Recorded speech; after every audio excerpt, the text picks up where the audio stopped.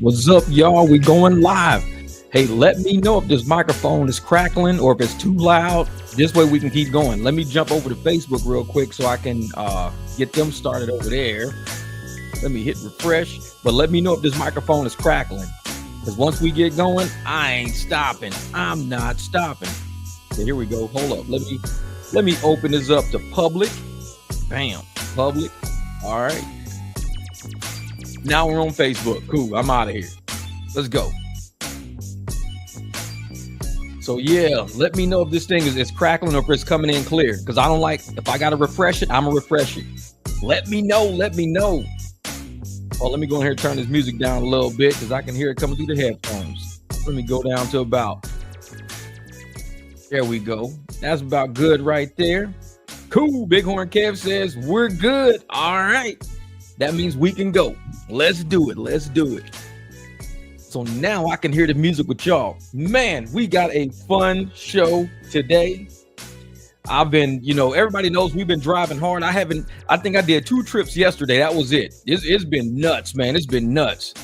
Uh-oh, Roxy, she's sitting at the charging station. What's good? What's good?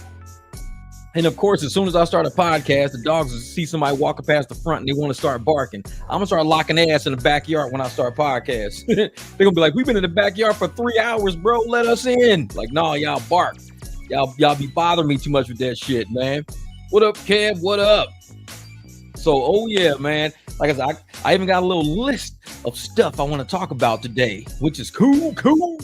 What up? The best executive SUV business ride service is live and in the mix. What up, Melly Mel, King James, my brother? So, man, I appreciate you guys hopping on, man. It's been a rugged week.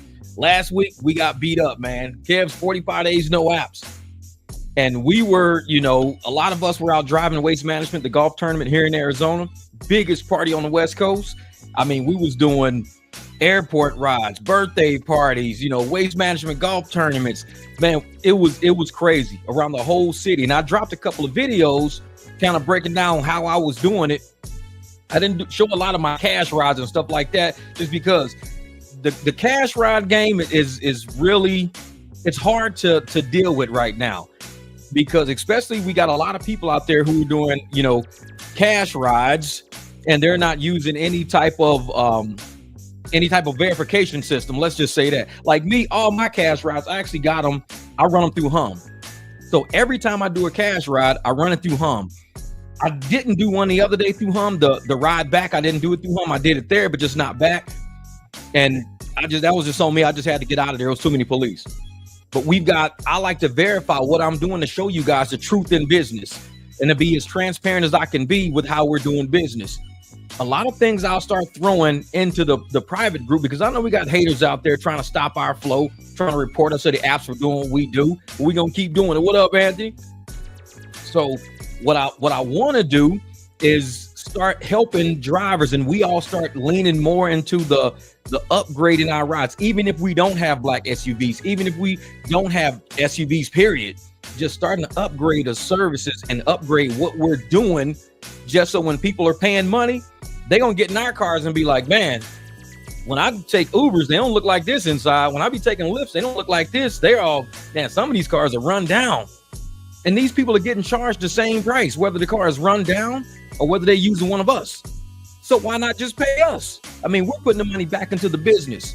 We're trying to make sure that they get that money that and it's worth it. That's why I just want people to think it's worth it. When you're giving me $300, I want you to feel that $300 is worth it. I don't want you to give $300 and I show up with my bumper riveted on, with one of my tail lights is out, one of my wheels don't match all the other wheels. I mean, you're paying $300. The driver might only be getting like 130, 140. So that you're like, oh man, we just drove for 3 hours and beat her ass car. I didn't even think we was gonna make it.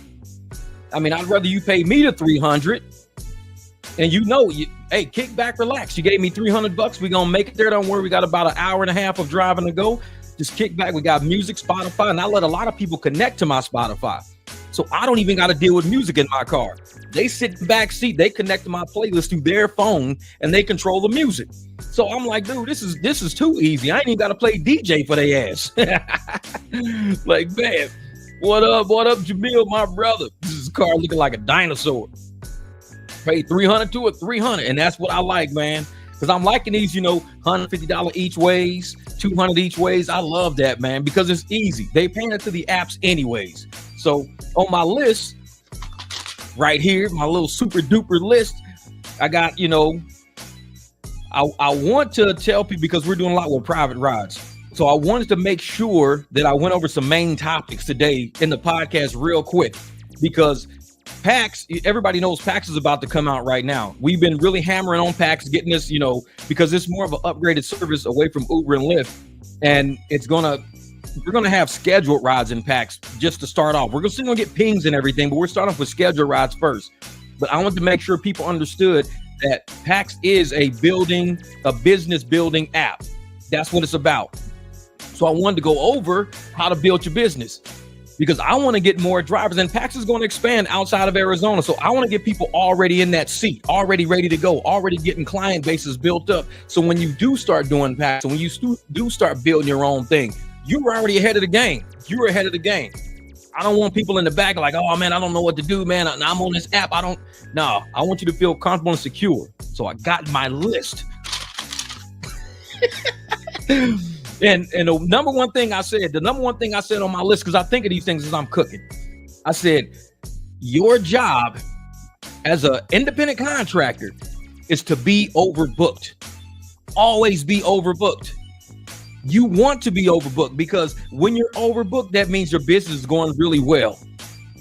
You have a team out there, and I even got on here, build a team. You have a team out there who take your overbookings. A lot of people cancel bookings.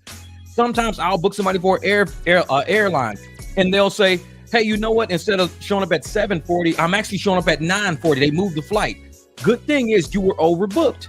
So you can now slide that other person in. Hey, you know what? I can actually be there. I don't got to wait to the last minute. You want to be overbooked, because people cancel. That's why I charge deposits up front. Some people cancel. Hey, we're going to need that ride Saturday. We don't need it no more.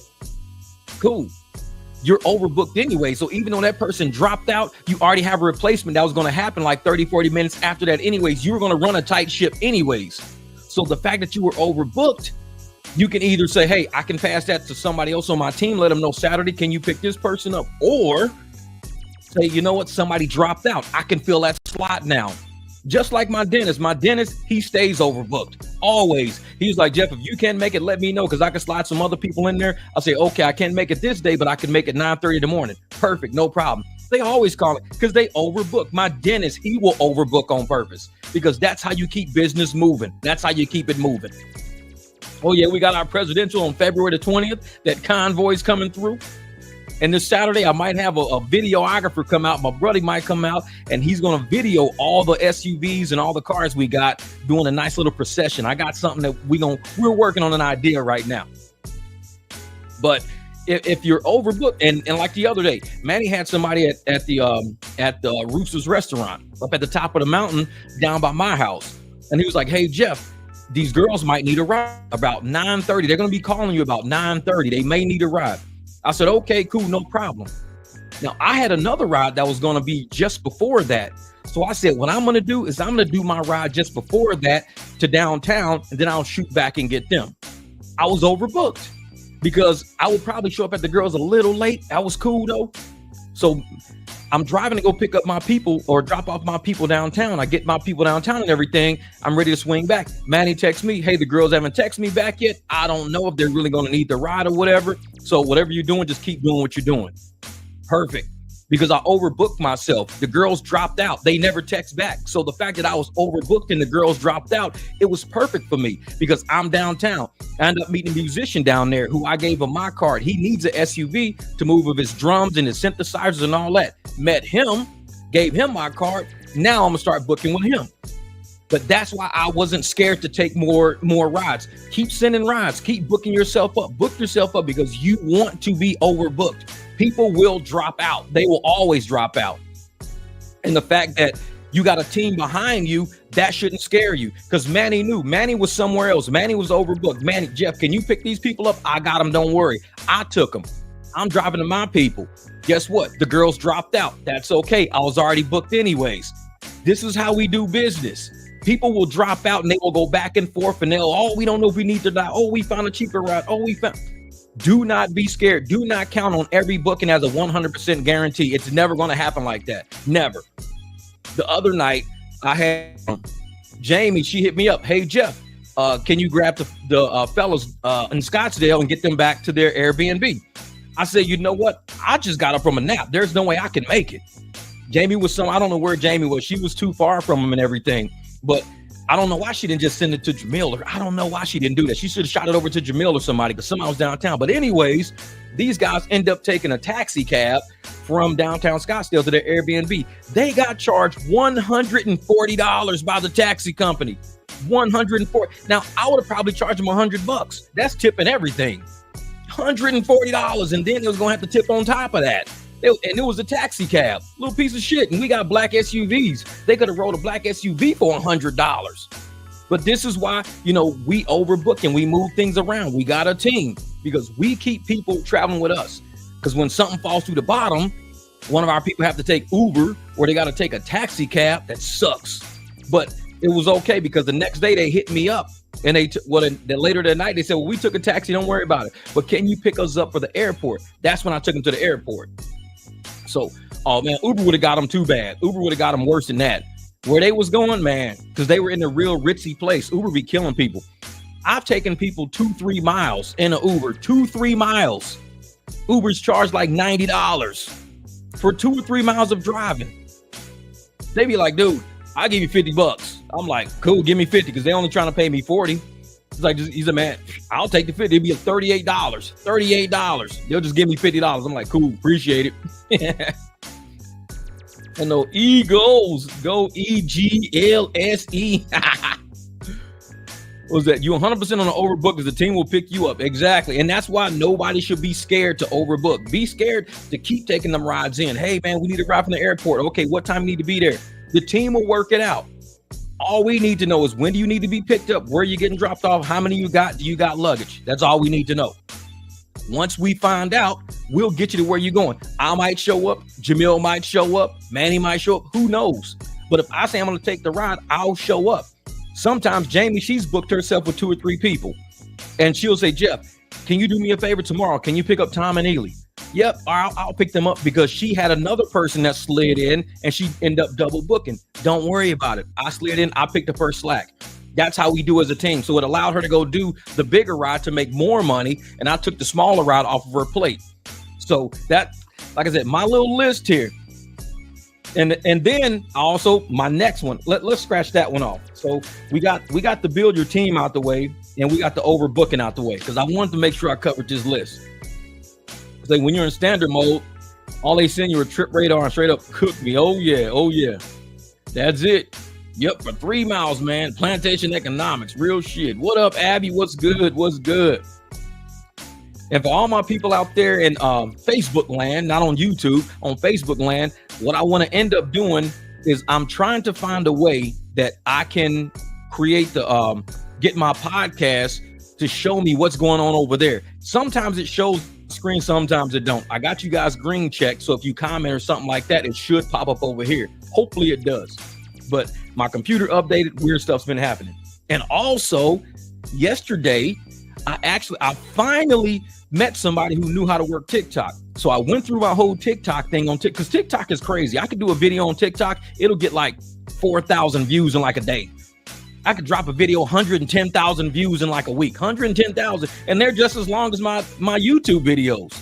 So it's like, I just don't put them on YouTube. I should bring them over to YouTube, but I don't. TikTok is a lot more lenient with my mouth. That's what I think I like about TikTok. But yesterday I met somebody and we went through my whole TikTok account. Now I can go live on TikTok and it's all set up to where it's going to almost be like my YouTube podcast on live streams. Like people can like have little icons next to their name. They can be members and all this crazy I went through the whole back end of TikTok yesterday. Took me like an hour. But we set it up. We set up TikTok. So my TikToks this year, I'm going to work on that. It kind of jumped up to it was less than my YouTube channel. And now I'm almost at 21,000 subscribers on TikTok, about 21,000 subscribers over there. My videos go nuts all the time. Like I said, it's crazy over there, man. It's crazy over there. So he says, bust with a freestyle with this beat, bro. Oh, I got some shit coming up, man. I got some shit coming up for this beat right here. I haven't had time to work on it though. I haven't had time, but I'm gonna work on it. But okay, now I want to talk about how we can improve our chances to obtain clients. This is why I'm starting to do different stuff to the truck. When somebody gets in your car from Uber, from Lyft, or even from somebody else, like let's say, because I take people all the time and it's a group of 4, a group of 5. And when they get out my car, they want a card. Hey man, you got a card? This is how you improve your chances of getting clientele. You present the best of you. You always wear something nice. Never dress down. When you know you got a client, never dress down.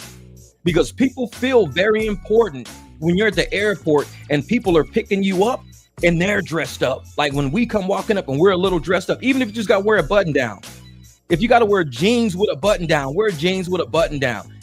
People feel horrible. Not really horrible, but they feel a little less when somebody gets out with some dirty ass basketball shorts on, the shoes is all dirty, the shirt is kind of like fucking all stained up and shit, but they're in a nice car. People are looking at them from the curb like, damn, you know what? You got a nice car, but damn, man, the dirtiest dude just jumped out that motherfucker. It ain't always the car. Sometimes it's you. So you've got to improve your chances to obtain clients. And all it is, like I said, everybody knows me. I'm the Goodwill king. I like to go to Goodwill. I like to look through the racks to see what's out there. They got some pretty nice shirts there. They got some nice slacks. They got nice vests and stuff like that there. All dirt cheap. Some of that shit's even 50% off. So if you ain't got number free time, cruise through the Goodwill. Look through the section that has yours. I know because I'm the one who be putting $600 suits in Goodwill. I'm the one giving the Goodwill all the time. So I know it's good shit there. So you cruise through and you say, oh shit, here's a white button down. Let me buy this. Try it on. Okay. That's one day's. And how much you pay for it? $3, $4. $3, $4 might turn around and get you a $10 tip with everybody you drove that day because you had a white button down. So you spent $3. That's it. You spent $3. And now you're getting a $10 tip, a $10 tip, a $15 tip, a $10 tip. Yesterday, when I drove yesterday, let me see something. I only did 2 trips yesterday on Lyft. And I wasn't super duper dressed up, but let me see, daily activity. Oh, I said day, go backwards. 9th. What was okay? Nope, wasn't it 10th, 11th, 12th? Okay, it was the 12th. All right. So yesterday was the 12th. So I took this lady, I drove her approximately 4.9 miles. Took me 22 minutes. 22 minutes, I made $36.40. It was just a basic black ride. Now, the upfront was $21. 21. But as you can see, at the bottom, she tipped me $15. She tipped me $15 for a 4.9 mile ride. 22 minutes. Most of it was just sitting in traffic. Tipped me $15. The guy before her tipped me $3 for a 2.6 mile ride. He took me $3. So I ended up getting $18 for a 2.6, like 2.5 mile trip. I got $18, took me 11 minutes. And then the next one behind that one was $36 for not even 20, for about 20 minutes. So it was $55. I made $55. And it was 2 real quick trips. Nothing like exquisite. And it was $67 pre-tip. So it was $55. And my book time was $55 and 33 minutes driving 7.5 miles. Most of my money was coming from the tips. You know why? I had a nice little yellow button down on. It was a yellow button down that I got from the Goodwill. I think I paid $7 for it. I had some brown slacks already. The brown slacks I already had because I used to work corporate. So I wore my brown slacks and it had the little creases in the pants and everything like that. So I had the nice crease and everything. I ironed my clothes. I got a whole ironing section set up in one of my spare bedrooms. All my dress clothes are in my spare bedroom where the dogs can't get them all hairy and jumped on them and shit. So it's drizzling at the Cubs Stadium. Yes, it was going to rain tonight. So I got my whole ironing section in there. So I went and got me a little $7 button down. I've already gotten $18 in tips. So the button down paid for itself, basically just in tips alone, the button down paid for itself. So this is what I mean by just switching up your gear a little bit. You don't got to go crazy with it and everybody's got to wear a $90 shirt just to get a $15 tip. You can get some good $7 shirts out of the Goodwill. Go get you a button down, roll the sleeves back a little bit, throw you a vest on, throw your driver cap on. Now you're looking like the part. Now you're driving the part. That $7 investment might mess around and get you $200-$300 in tips all week because you spent $7 and you're like, I got a $7 shirt. I got an $11 pair of pants. I got me some nice, shoes on. That's all it is. It's not. And this is why I say I want to know my list, how to obtain clients.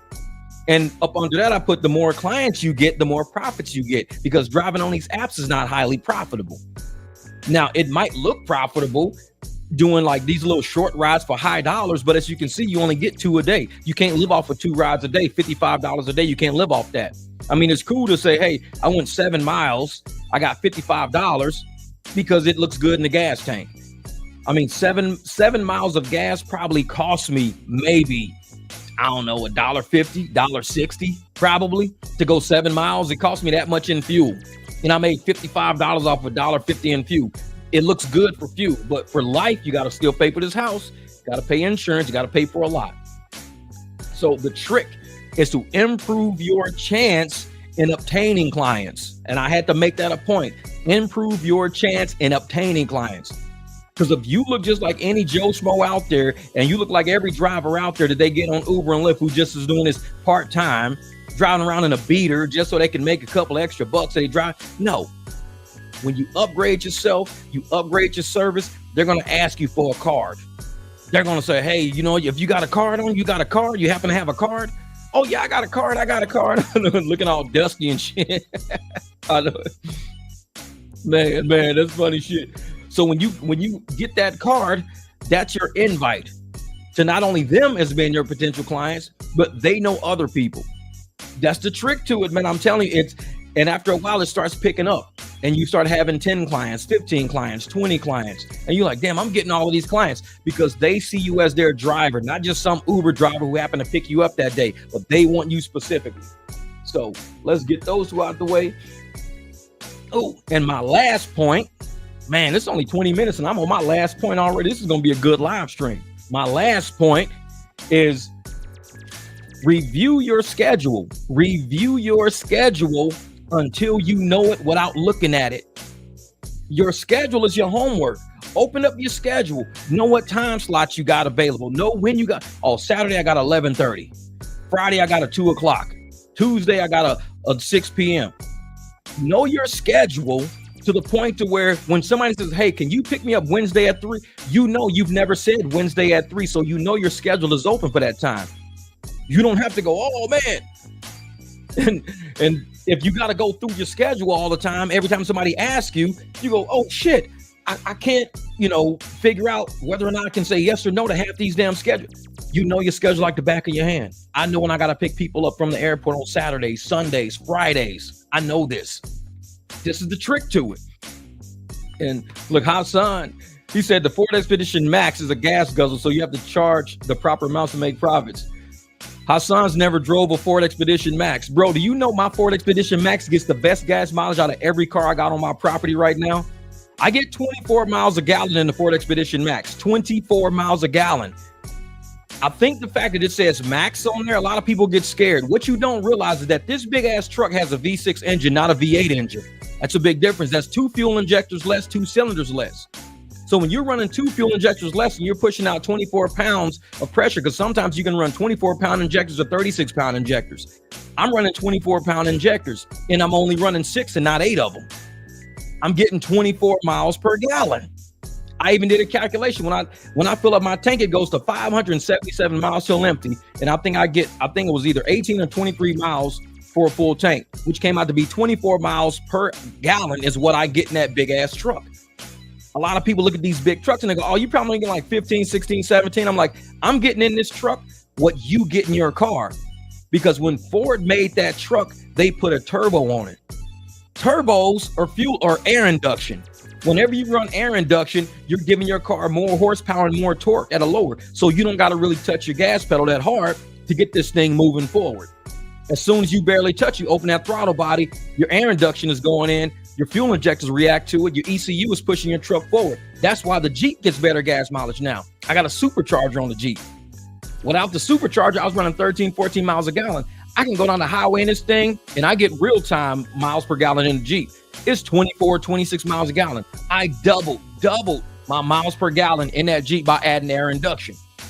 So me being a mechanic and knowing about air induction, when I started looking for cars, I was looking for a turbo or a supercharger. That's all I was looking for, because air induction, you can run a smaller engine, less fuel injectors, less cylinders, same exact horsepower, same exact miles per gallon, if not better miles per gallon than naturally aspirated. When you're running naturally aspirated, you're not running any boost pressure whatsoever. It's all vacuum pressure.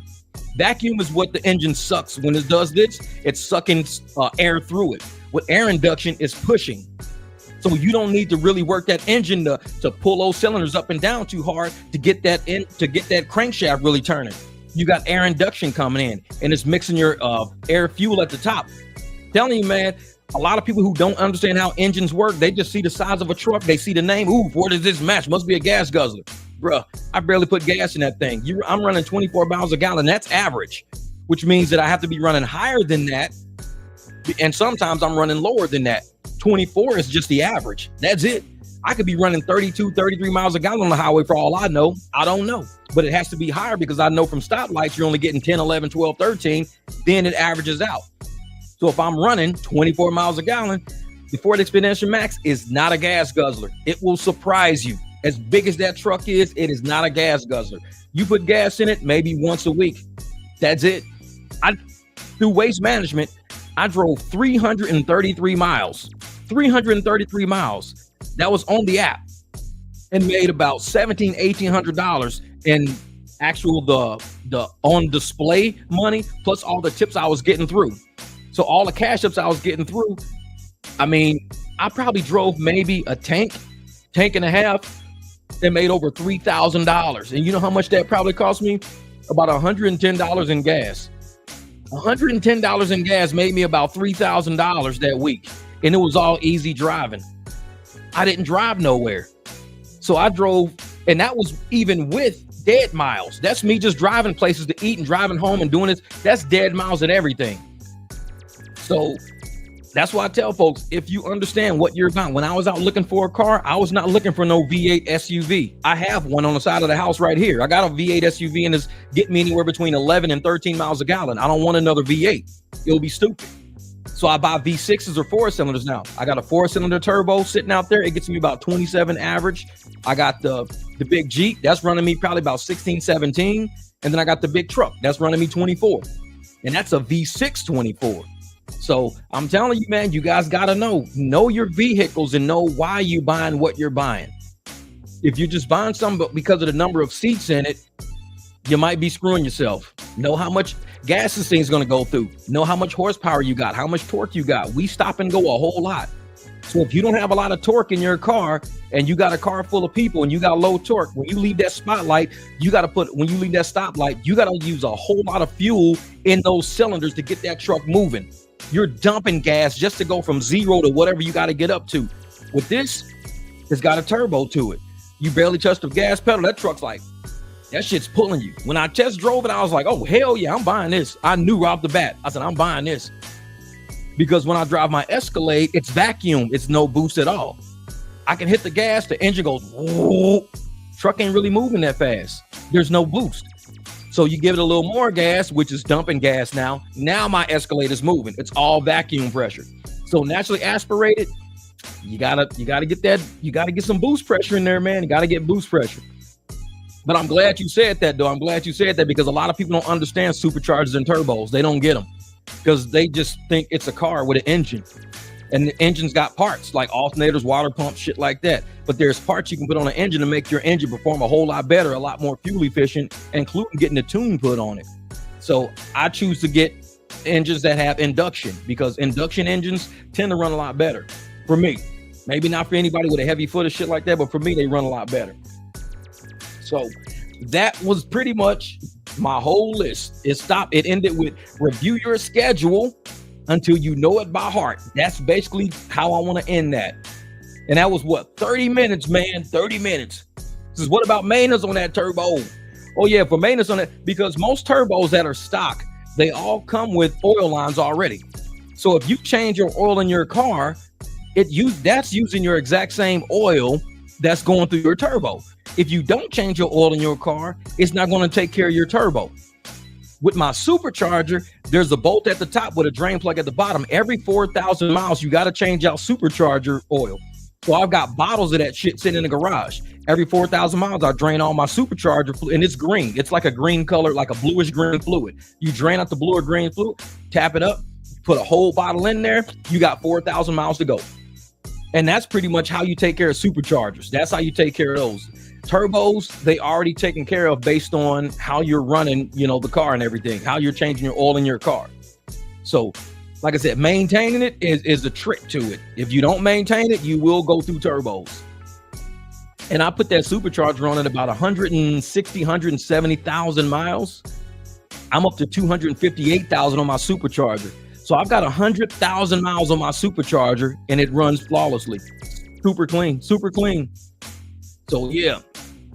Oh yeah, 24 miles per gallon is crazy because I looked on the thing here. Like if I look on the chart for, let's say Ford Expedition Max. Let's look up this Max, and I'm gonna say fuel economy. All right, so the Ford Expedition fuel economy, it said it goes, I think it's 17 miles per gallon combined city and highway. 17 miles per gallon combined. That's crazy. But if you get the four-wheel version, you get 16 miles per gallon and 22 miles per gallon on the highway. But remember, I'm getting 24 miles per gallon. So I sat there and when I ran, I filled up my tank and went all the way up. It said 577 miles till empty. So because of how I drive or whatever. Let's go Ford Expedition Max. Let's go fuel capacity. Fuel capacity. Because the fuel capacity, like a full tank for me, is 28.3 gallons. 28.3 gallons is what I'm running. So if we go calculator, come on thing, 577 divided by 28. Dang it. Up to 20.6. So I thought it was 24. It was 20.6 because when I filled it up, wait a minute, I hit something wrong right there. Let's go. It went 577 divided by, and I'm gonna say it was 28. So 20.6. So I was running 20.6 miles per gallon that day. Wasn't 24. But on my register, my average says 24 for some reason. I don't know why. Because it shows you what your average miles per gallon is. It says 24. Because maybe I take a lot of highway.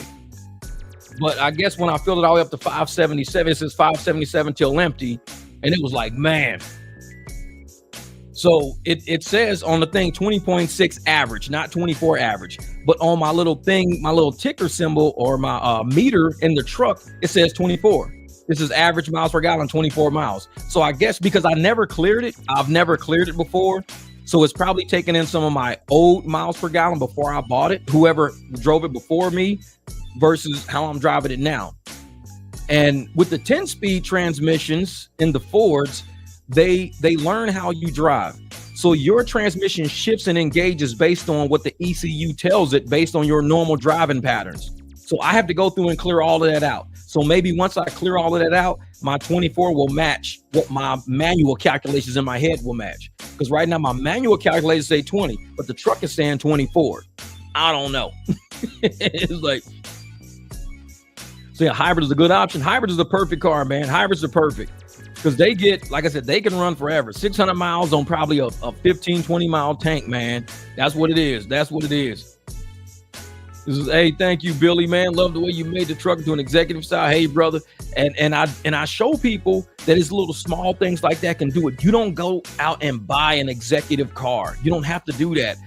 You just got to find out what matches your car versus on what you want to do with it. If you want to pick up business people, make it look more businessy. If I want to just pick up groups of party people, make it look more party. But I'm trying to lean into getting that industry where I want to pick up people from meetings. I want to get people from the airport so they can work on the way to the hotel, or because we got hotels far away from here, and people can work the whole way on the way to their hotel or back. Once they find out I exist, which is where marketing and advertisement comes in handy. Once they find out I exist, then I'm gonna say I want that truck, because I can actually work on my way to and from. It's about a 45-minute drive. I can get 45 minutes of work in driving with this guy. I won't have to have the laptop in my lap, holding it in my hand, trying to type and hitting bumps. No, just sit it up there, man. Have your drinks, have everything. Man, that's how we do it. That's how we do it. So how have you stayed positive during difficult times? Difficult times as far as what capacity, like what's a difficult time? Like, you got to be a little more specific. Difficult times in a relationship, in a wedding, in life. Like, what are you talking about? In driving and ride share. If you're talking about in ride share, how about stay positive in difficult times in ride share? Then, I mean, look at all the videos on my channel. I told people, start building your money up. If you build your money up, that takes stress out of you. If you haven't started to build your money up yet, you're going to be stressed out. But I said that a long time ago. This channel has about 1,300 videos on here. So what you're seeing today is a culmination of what all of that went through. So if you don't know where to start, chapter 1 is in there.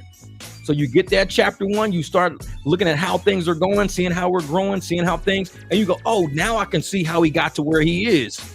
He went through a lot of shit. He went through this, he went through that. Now I can see how he got to where he is. But just for somebody to look at me today and to see me today on the internet, you have no idea how I got here. So I probably took different steps than what some other people took. So it's today, right now. It's February the 13th, 2025. Some people are stressing out. Some people are not stressing out. If you look at my channel, when you see the steps I took to get to this point, you'll see why I'm not stressing out. But if you say, hey, I want to start doing what you do, then you got to read the book. The book is all videos. Everything on my channel, 1,300 videos on my channel. This is how we did it. The days I worked on my car outside, saving myself money, ordering parts, that's part of the book. The days I went out marketing and advertising myself, that's part of the book. The days I used Team, that's a book. The days I did short rides using Surge, that's part of the book. So if you don't know anything of what I've done and how I got to the point I am right now, you haven't been on this channel. Like I said, I log these videos for a reason. If nobody wants to watch them, not my problem. But don't ask me how to get shit done if you ain't watched how I've done it. I've documented it for everybody. That's my answer to the question. A lot of people in comments be saying, hey man, how do I be like? First thing I say is welcome to the channel. Apparently you're new, because if you're from around here, you already know how I did it. But the fact you're asking me, it shows me that you haven't seen any of my videos. My videos are very comprehensive. Knowledge is comprehensive. Knowledge is not just from today forward. It's comprehensive. It's things that we've done up to this point, and we add all of that shit together, and it gets us to the point we're at today. Knowledge is comprehensive. So I documented all of that comprehensive knowledge for anybody who says, I got some spare time. You sitting around watching cat videos and shit like that, but yet when it's time to make money, cat videos are gonna help you make money. I drop tons of videos on here to help you make money. If you need money, this is the channel to watch. If you want to be entertained, watch cat videos. Shit's different. So don't be watching cat videos all day and then your fucking rent's due. I mean, how am I gonna pay rent? Motherfucking cat videos don't pay rent. This pays rent. What up, my brother Flock? Say thank you for the super chat, brother. Thank you. It's like, wipe y'all feet at the door and send some gratitude, y'all. This man's a community asset. Keep him here. Thank you, brother. I appreciate that, man. That right there, man. That's what's up. I like that, a community asset. Man, I be trying, man. Man. So you inspired me to make a video on what rideshare is like without private clients. 21 trips, 200 after gas. What a horrible night. I'm telling you, Billy, man, that's what it is. That's what it is, man. Just wipe your feet at the door. Welcome to the barbecue. Shit. I appreciate that, Flock.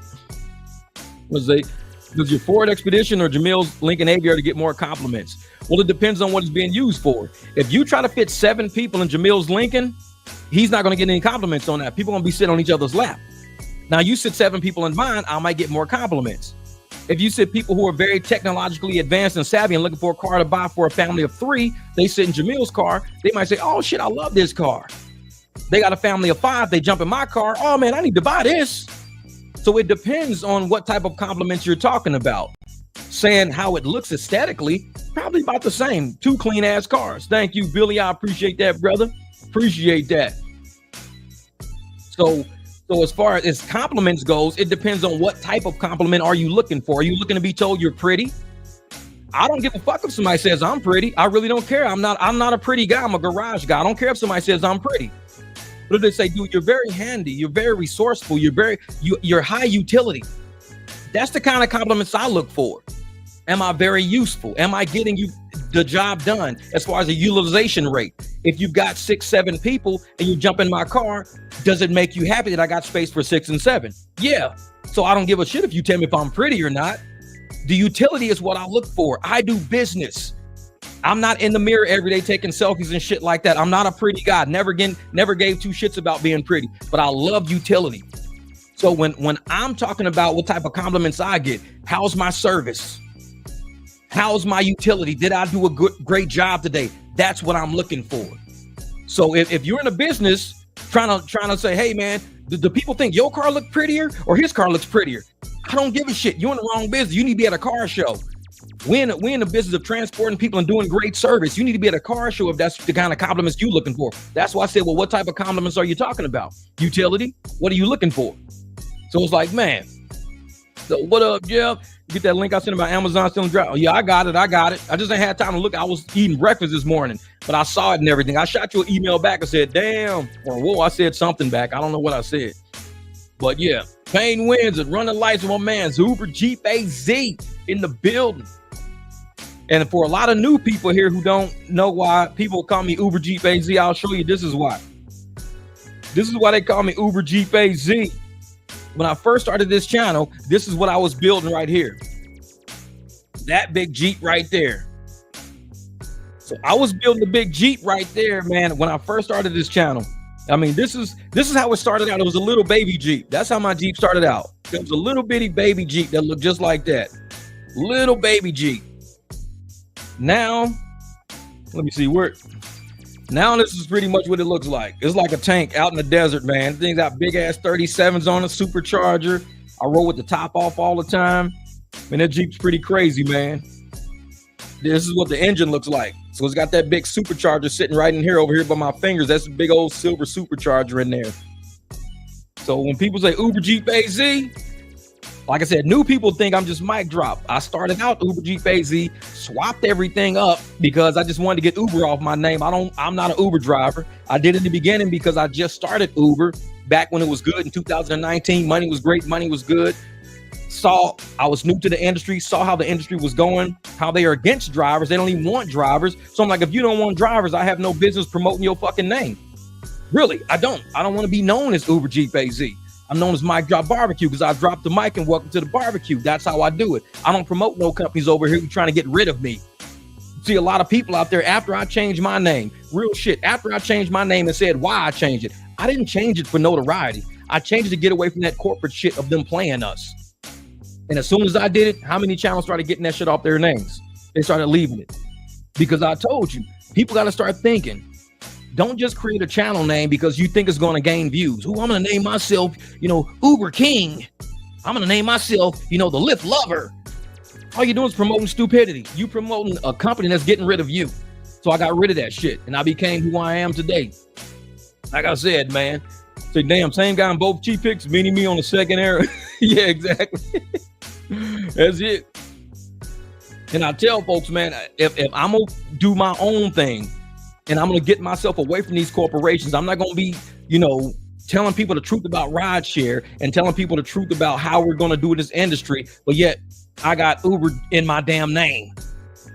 I see so many channels out there with Uber in their name, DoorDash in their name. I'm looking like, I know people want to get views. I know that. I know they want to be affiliated with something that's common. Stand on your own too. Make up your own channel name. Don't stand on some corporation who's getting rid of you. Why are you standing on the back of a corporation that's getting rid of you? Do your own thing. But so many people are scared to be unfamiliar. They want to be familiar. They want to name themselves Uber. They want to name themselves DoorDash. They want to name themselves Instacart. Name themselves Lyft. You know what? Name yourself who you are. Be you. So you ain't got to play no fiddle for no fucking body. Even when I was Uber Jeep, I was off the track. I was against Uber the whole time. I was against them. I was off track once they started playing us like a sucker. So it was only obvious that I had to get rid of that name. It was only obvious. So a lot of new people see my email address. Say, why's your email address say Uber GPayZ? Because that's linked to all of my stuff. It's linked to everything. So my email is always going to be Uber GPayZ if it's not my actual Yahoo email. I do got other email addresses that I could put in there, but then that means that's a whole new place that I got to go look for emails all the time. And I'm not trying to open up 7 email boxes a day. No, I'm not. He's like, I wonder how you got that name. Hey, that's me, man. It's Mike Drop Barbecue. Because I barbecue all the time. I'm from St. Louis, grew up in Memphis. We barbecue. That's what we known for, barbecuing. And when we always say, hey, you invited to the barbecue, that means you welcome around here. That's what we say. When we tell people, hey, man, you invited to the barbecue, that means you welcome. My channel is like that. You invited to the barbecue. And I drop the mic because I say shit, and that's just what it is. I just drop it. That's it. It's done. So I'm the Mike Drop Barbecue. And if I say, hey, you invited to the barbecue, there you go. There you go. This ride share the wheelchair, keeping it 100 real. Yep. That's what it is. Hey, I made my channel name. It's a G life. It's a gig life. Okay, it's a gig life. That's what it is, man. Because gigs is about that independent contracting, man. It's about it. It's about it. And I'm one of those. Yeah, no need to promote Uber though. They get all free advertising from drivers out there. Hey, thanks, Brad. So you be cooking, Jeff. And Uber and Lyft get all free advertising from so many YouTube channels, so many TikTok and Instagram people. They don't even got to pay for advertising. I don't know why they do, because there's enough people with that shit in their names that it sticks in people's minds all the time. Oh, I got to call Uber because they see Uber in some name. Oh, I got to call Lyft. I got to book me a Lyft. I got to book me an Uber. If you take that away and just take it out of society, they're going to say, I need to call my driver. Let me book my driver real quick. Like, okay, cool. Because they start thinking in terms of booking their driver. They don't think in terms of booking an Uber, booking a Lyft. So, yeah. I appreciate that, Billy. I tell everyone to come in and learn how to get private clients. And that's what Billy, real shit. Not only how to get private clients, but how to keep them. Because a lot of people want to try something once. They want to try, oh, yeah, I'll use you as a private rider. But how can you keep clients coming back? Sometimes the prices might be right, but the service always has to be right. As long as you keep the service right, your prices can be whatever they're going to be, as long as it's fair. Oh, yeah. Look at that. I just executed a beautiful $400 private ride. Oh, yeah. I'm telling you, Greg, it feels good, man. It feels good because the apps would have probably charged some people $400, but they would have probably gave you like 80 or 90 out of that. You'd have been like, what the hell? James Lucas in the building. That's my man up in Northern California. What's good, brother? Waiting at 20 of the client. Thanks for the service. Oh, yeah. Waiting at 20 of the client. Thanks for the, hey, thank you for the super chat, brother. Thank you, man. Appreciate it, man. And that's what I do, you know, and I give the ins and outs. I show people what I do to my trucks, and I show people what I do as far as what I wear. I even got videos showing me talking to clients and how I deal with people, because I want to build people's confidence up to where they say, well, damn, if he can do it, anybody can do it. Shit, I ain't nobody's, because I got a microphone in the channel. I ain't nobody special. I'm a driver like everybody else. But if I can show that it can be done, we can walk out here and talk to people in the community. They want to be talked to. They want to have that conversation. They want to say, oh, man, we got a private driver. Pull up in a car that's clean. They didn't just get a car that just had 4 or 5 people dropping French fries or shit all in it, and it's a dirty ass car, and they got to, see big stains in the seats and everything. No, we're not. That's not who we are. We're different than that. We're different than that. This is North. Oh yeah, definitely everybody's striking tomorrow. Definitely everybody's doing that. The February the 14th strike tomorrow. I know I'm not driving on the apps tomorrow. My people can hit me up if they want to. They can hit me up if they want to, and I tell everybody out there, don't go broke trying to strike. If you sitting on a $25 surge, you be an idiot not to take it. If you sitting on a $10, $15 surge and the ride is like 3 miles for $20, you be an idiot not to take it. If you do drive tomorrow, make the apps pay you. Don't use tomorrow as a day. Well, I'm just going to do some more pigeon rides. No, if you do rides tomorrow, make sure the apps pay you. I'm not doing any because I can afford not to do any. Because I have told everybody, get your envelopes up. Every time you get cash rides, every time you get cash tips, put money in envelopes. This is what you do. And once you start cramming those envelopes full of money, at the end of the week or end of the year, you're going to be like, damn. Like I was telling people, I had an envelope one day. I was opening up envelopes. I actually had like $2 grand more than what I thought. I was like, holy shit, how was this even possible? Because I was so busy. I wasn't doing my accounting right. I'm just throwing money. Getting private clients, hey, thanks for the ride, $40. People like, hey, can you take me over to the Red Roof Inn? I'm like, sitting at Quick Trip or something. Can you take me to the Red Roof Inn? Just right amount, 20, 25 bucks. I'm like, that's cool. No problem. 20, 25 is cool. By the time I get them to the Red Roof Inn, they're going to slip me $40 to the front seat. They're like, here you go, bro. Here you go. I'm like, oh, thanks, man. I throw it in the cup holder, open it up, 20s and 5s, 40 bucks. Like, damn, thank you. Appreciate it, man. Appreciate it. And this is what I tell you. Your community wants to pay you. Uber and Lyft, they don't want you to know that. Uber and Lyft want you to think that everybody's rushing to the apps. Did you look at Uber's? Look at, well, we're going to look at Lyft's numbers. Say, how about the small apps? Are those rides? They for the drivers, right, bro? Say, how about the small apps? Do those rides? Oh, yeah. And like I said, whenever we do rides on the small apps, we're helping them build because we need to market in our community for any apps in our community that's leaving money in our communities. Like, I would go down the whole Elon Musk thing with what's going on with USA, but I'm going to save that for another live stream. But they're doing the exact same thing with the government right now, what I've been telling y'all what to do. If we're going to do anything, make sure we can account for the money. Make sure we're not dealing with people who are ripping us off. And Uber and Lyft are ripping us off. And if that's who we're dealing with, we can't complain. We know they're ripping us off and we keep giving them money and we're giving them the fire to rip us off. So my thing is deal with the smaller apps, deal with private clients. Make sure you keep these people off these apps that are ripping us off in our communities. Because I'm just big, man. I'm big on community. I believe if we keep that money circulating where we are, we can't lose, brother. We can't lose. Oh, I'm gonna look up something real quick. Let's look up the Lyft stock price. Woo, it's kind of up today. What was it, 5 days ago? All right. So I'm gonna open this up real quick. This is our Lyft stock price right here. Oh, let's see. Share the screen. There's the crazy dogs go barking again. Okay, so here we go right here with Lyft. Here we go with Lyft. So $13 for over the past 5 days. They're down 4.47%. I always look at 5 days. I like to look at, I know a lot of people look at 1 day. 1 day never tells the whole story. I need a little history. I can even look at 1 month. 1 month, they're up 3% over the month. But in 5 days, they've been down. They're down almost 4.5%. And you can see they were all the way down to $12.28 a share on Wednesday. $12.28. They dropped hard yesterday. They dropped to $12.28. Today they spiked back up. So they're trying to make a comeback.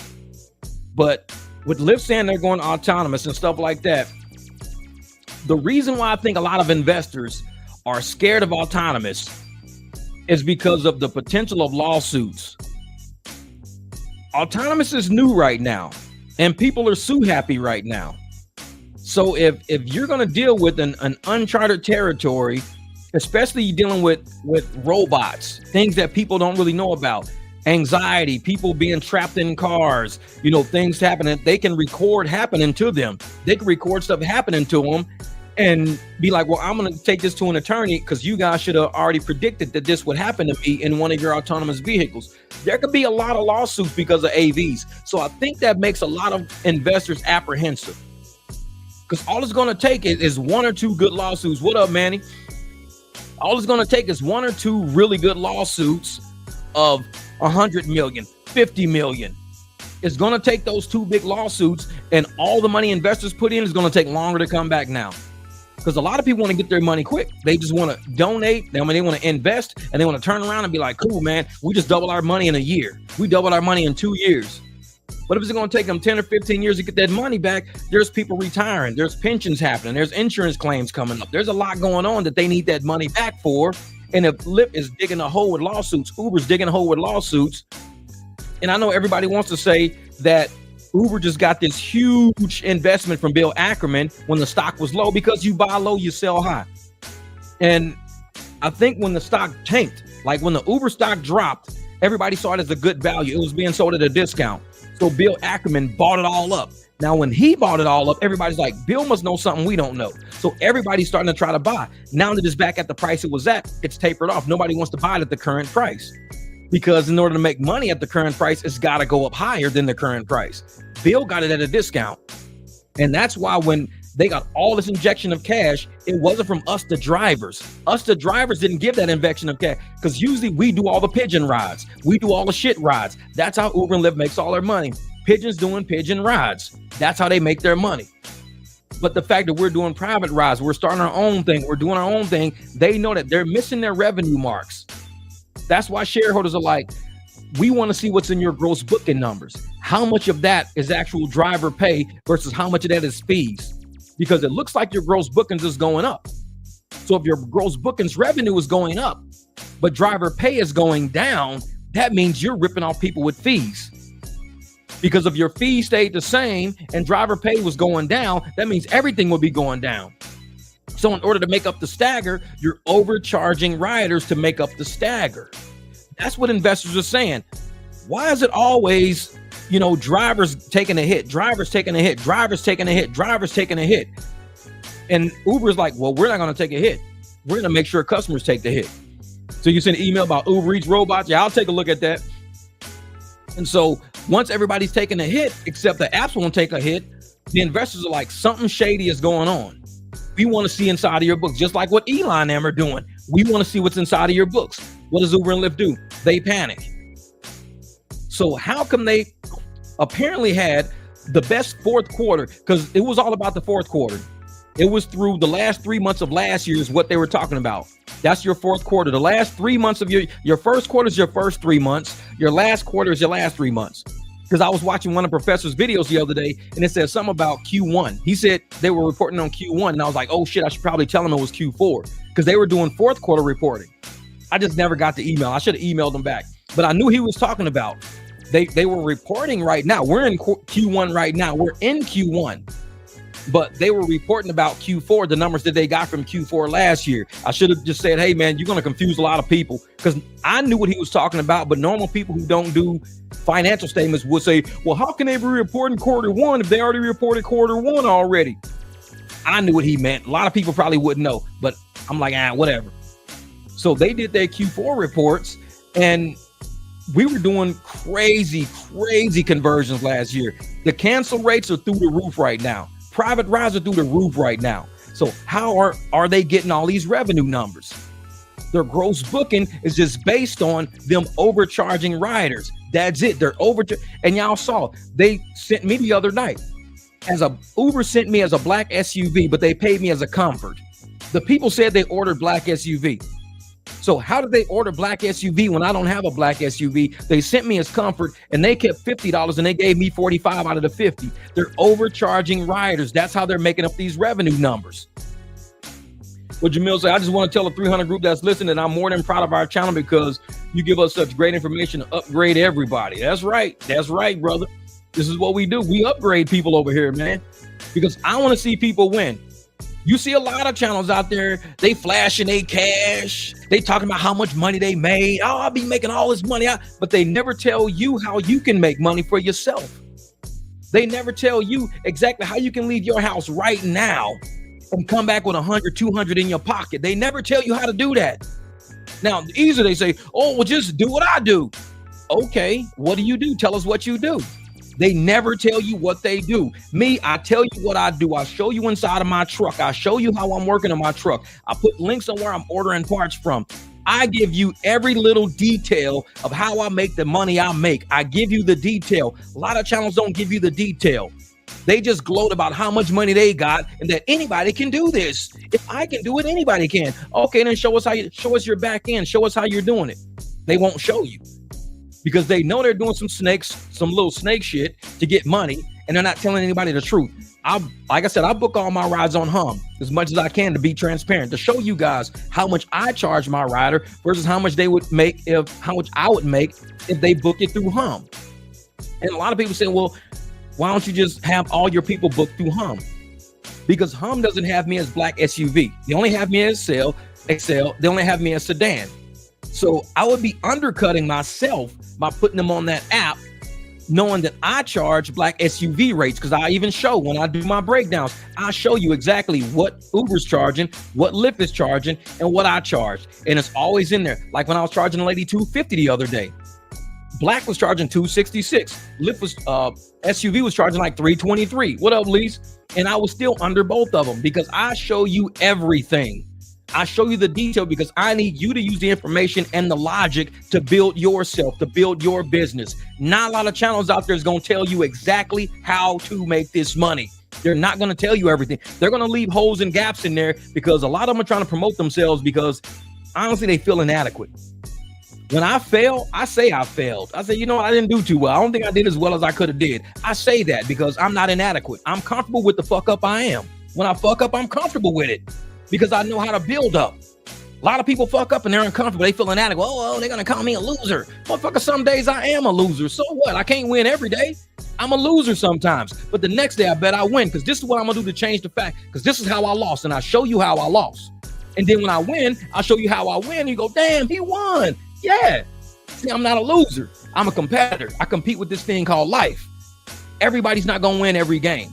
I'm one of the only channels that will tell you that. Some channels will sit there and they will make themselves look like a winner in every single video they produce.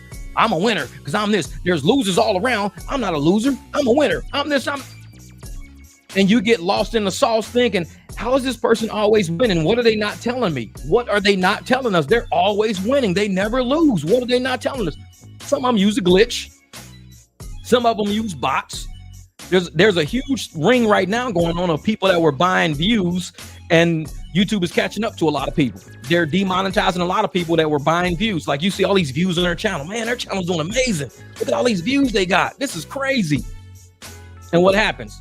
Man, I'm demonetized. And my videos are minus, 67,000 videos of views because I had to take that video down. They're not telling you everything. I say, man, if only 6,000 people watch this video, I'm cool. I don't care. That means there's another chunk of people don't get that information. They don't get the information they might need. And you see it in the comments on my channel because I see it in the comments on my channel. Hey, man, how do you do this? And how can I? I'm like, well, you didn't see any of my other videos, did you?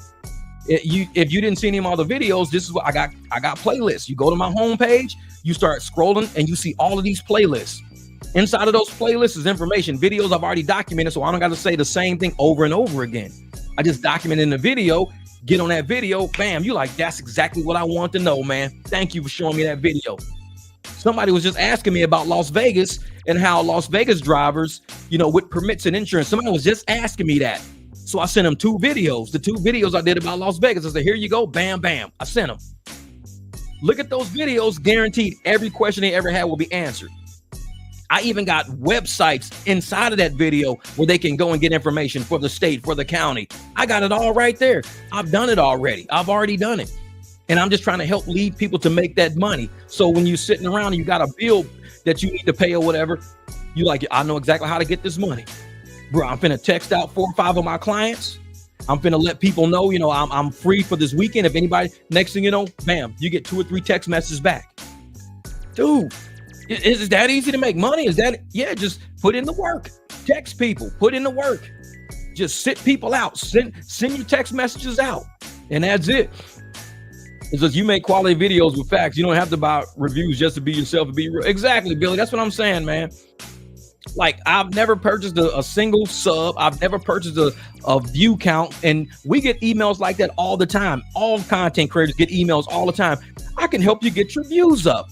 Spend $50.99 with us and we'll make sure you get 10,000 views on your next video. I'm like, I don't need 10,000 views on my next video. Hell no, get the fuck off my channel. If somebody don't watch it, they just don't watch it. It's not, they know what I do over here. A lot of drivers know what I do over here. They see what I do over here. And the fact that they don't have the same amount of money, we have the same lack of stress. When people say, damn, man, you didn't do, I don't see a lot of this. Motherfucker, do I look stressed? Because I've been doing everything exactly as I said to the point where I can sit okay. Like, my mortgage went up. My mortgage went up by $64. My mortgage jumped $64 from last month to this month. So I contacted people.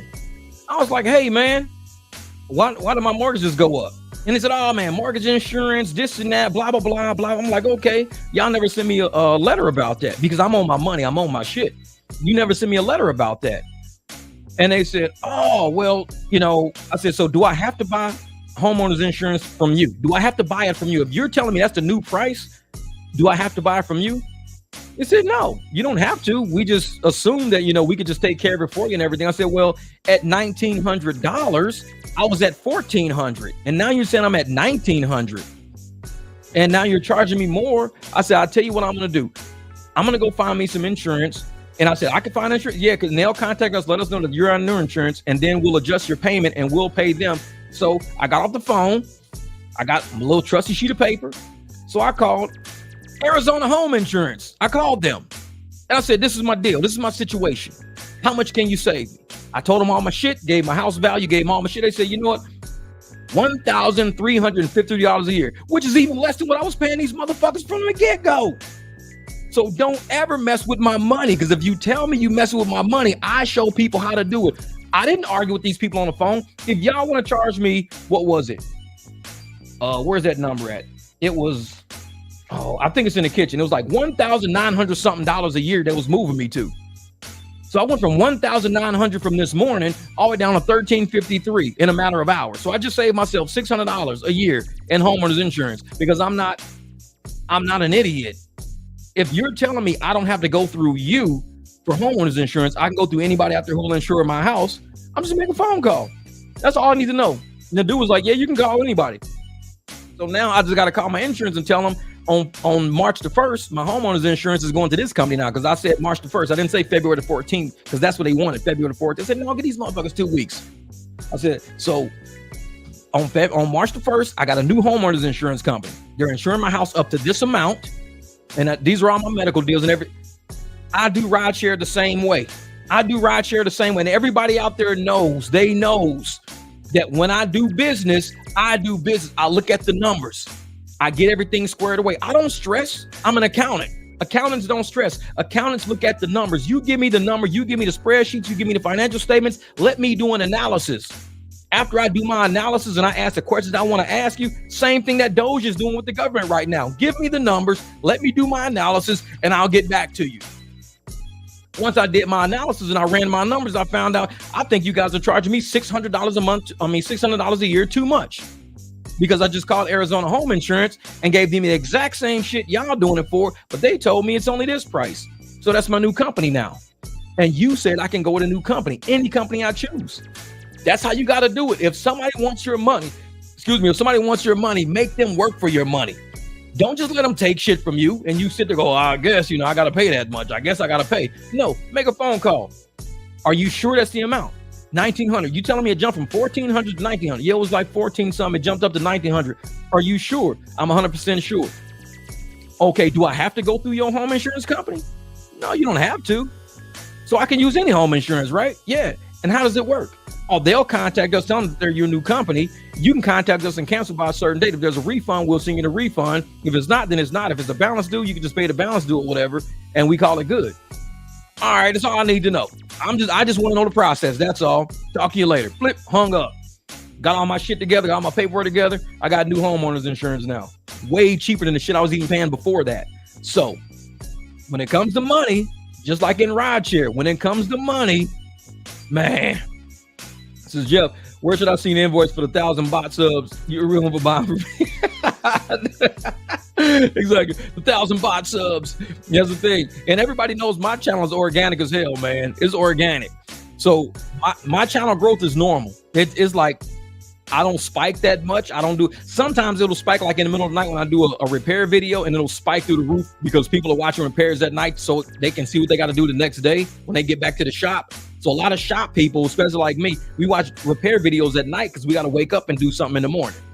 But that's the only time it spikes. But this channel has always been the way it is. Like I said, from the moment I started, I said, I'm going to teach you guys life.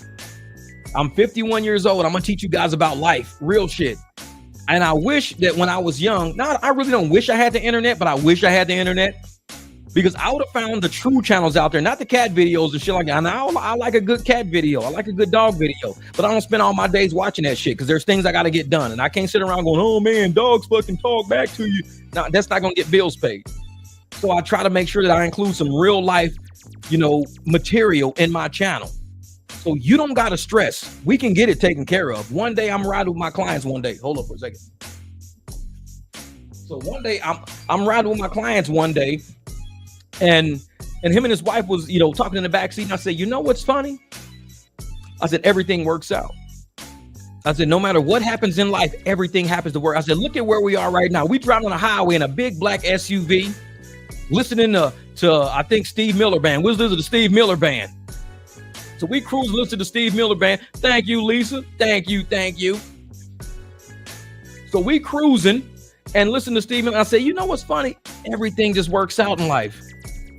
I said, all the ups and downs and the people against us and the haters around, everybody fighting against. I said, it's funny how here we are in 2025, leaving waste management, the best days of our lives, having a great time, and everything just works out. I said, that's why we should never stress. The smoke ain't even cleared yet from half the problems we went through. If the smoke ain't even cleared yet, don't even let that be a problem. Let the smoke clear. Like when I found out my mortgage jumped. And my mortgage jumped, I paid the mortgage yesterday. So I paid it, but I said, well, I need to call and find out why I jumped. Because I'm like, man, I went from, in the 15s up to the 16s. What the fuck just happened? I said, I'll check it tomorrow. It's not that I had to stress about it. I didn't have to stress, but I just wanted to make sure, is there anything I can do to help? If my mortgage is jumping, is there something I could? So I had to help myself because they ain't going to call me. Said, hey, Jeff, can you do us a favor? Bro, your mortgage is about to jump. Do you want us to search for some cheaper mortgage insurance for you or some homeowners insurance? You want us to search for that? They ain't gonna call me and say that. That's on me. And I say the same thing in rideshare. The apps are never gonna call you. Hey, I don't think you're gonna make enough to get new tires this year, bro. You're not driving. We're not giving you enough profits, man. You're gonna need a new set of tires in about 3-4 months. We're not paying you enough. The apps are never gonna call you and say that. So I make sure I give you the information and the motivation you need to take care of business. When you wake up and you say, I need new clients, like, let me see something real quick. Let me go through here. Real quick. I'm going to show you something. Wait a minute. Oh, no. Here we go.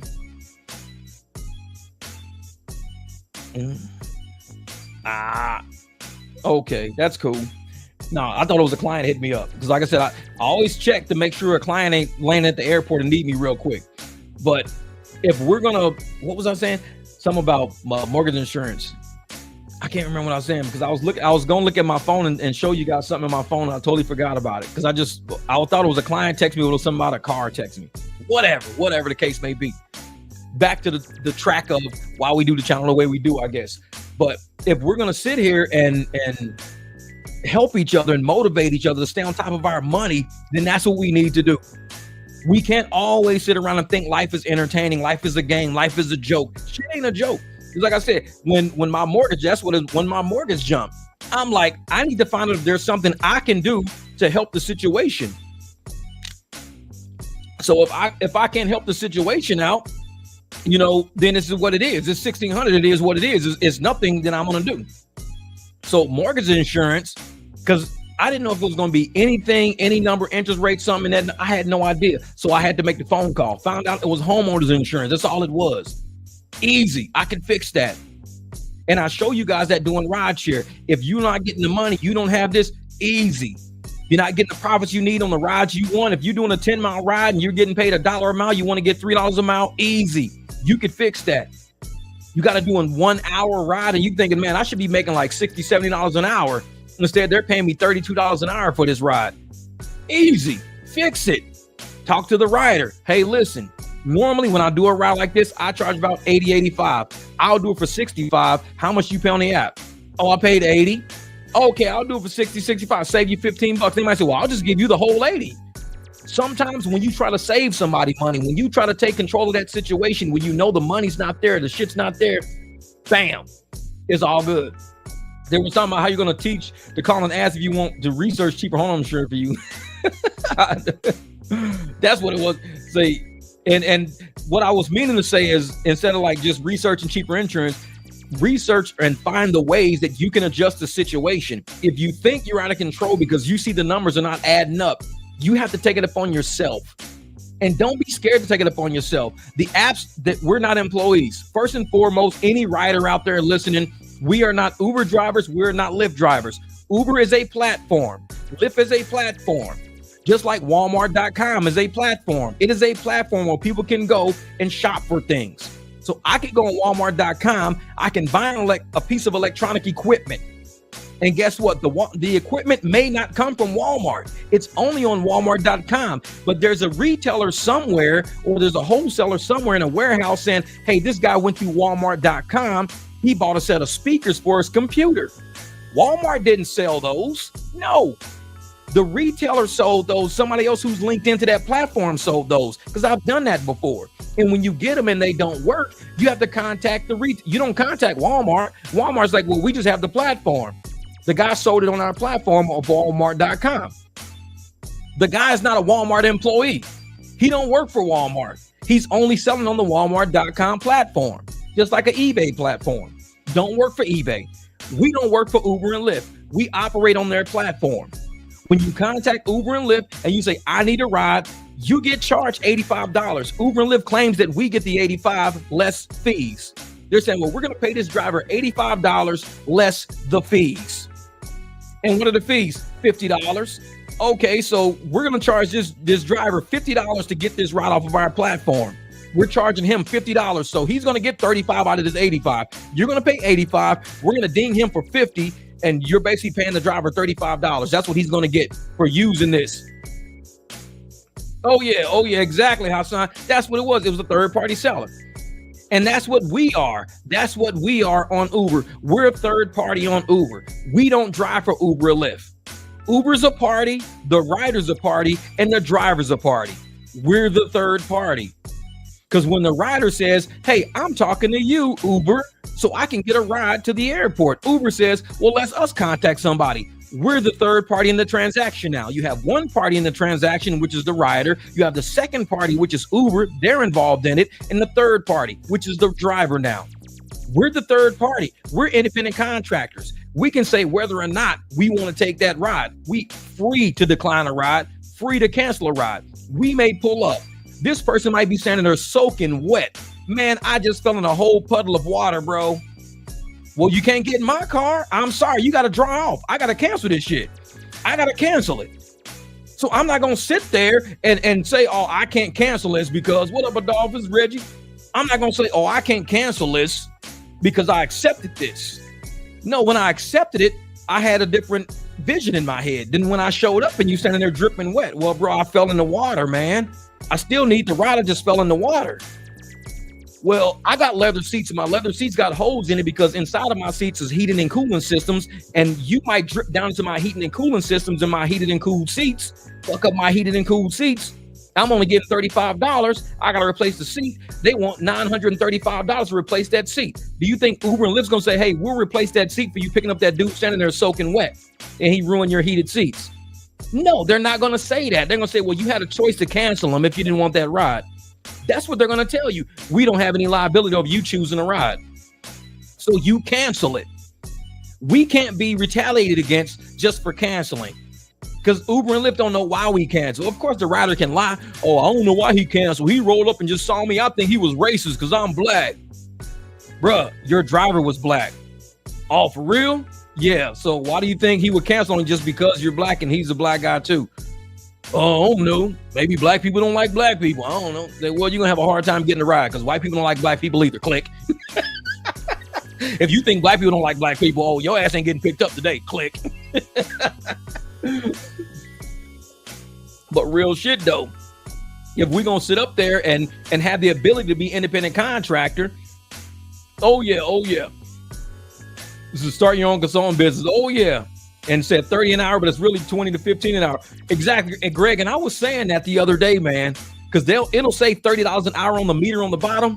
But by the time you deal with waiting and screwing around with these people, it's about $20 to $15 an hour. And they don't tell you that. They tell you from the time you accept it to the time you drop. And that's if everything goes according to clockwork. And everything never goes according to clockwork. So when you see a $30 an hour ride sitting there, it's about 20 to 15 an hour.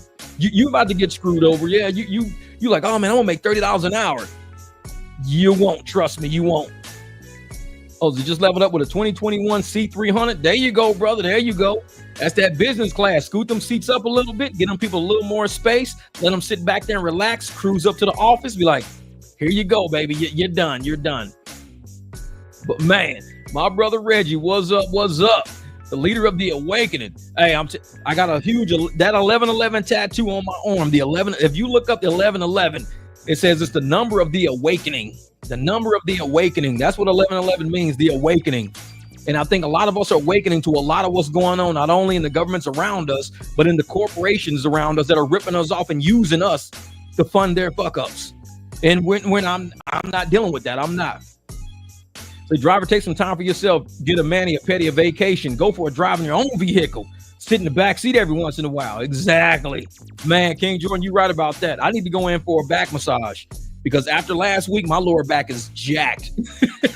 I'm like, I need to go into stretch zone or something. My lower back is really jacked up now. What do you think about the heavyset lady suing Uber and Lyft? Oh, that's funny. Yeah, Hassan, I still use the BMW. I just used it the other day. I had some airport rides the other day. I used it one day all day because I had the wheels off my truck, so I had to use my Beamer all day. So I use it to do all my private clients. And they didn't care. They love it. I mean, it's still a nice-ass car. I just like it for me now because now I can keep all the seats where I want. I don't got to scoop my seats up and nothing. That's my fun car now. My little Beamer is my car. I love it. But the heavyset lady suing Lyft and the driver to get yeah, man, I think I'm one of the only podcasters that hasn't talked about that lady in the car. This is what I think, real shit. Because I made a short about it, just kind of joking about it, but it wasn't really deep. But if you want to hear what I really want to say about that woman at her current weight, getting into a vehicle that was too small. It's like when I ride motorcycles.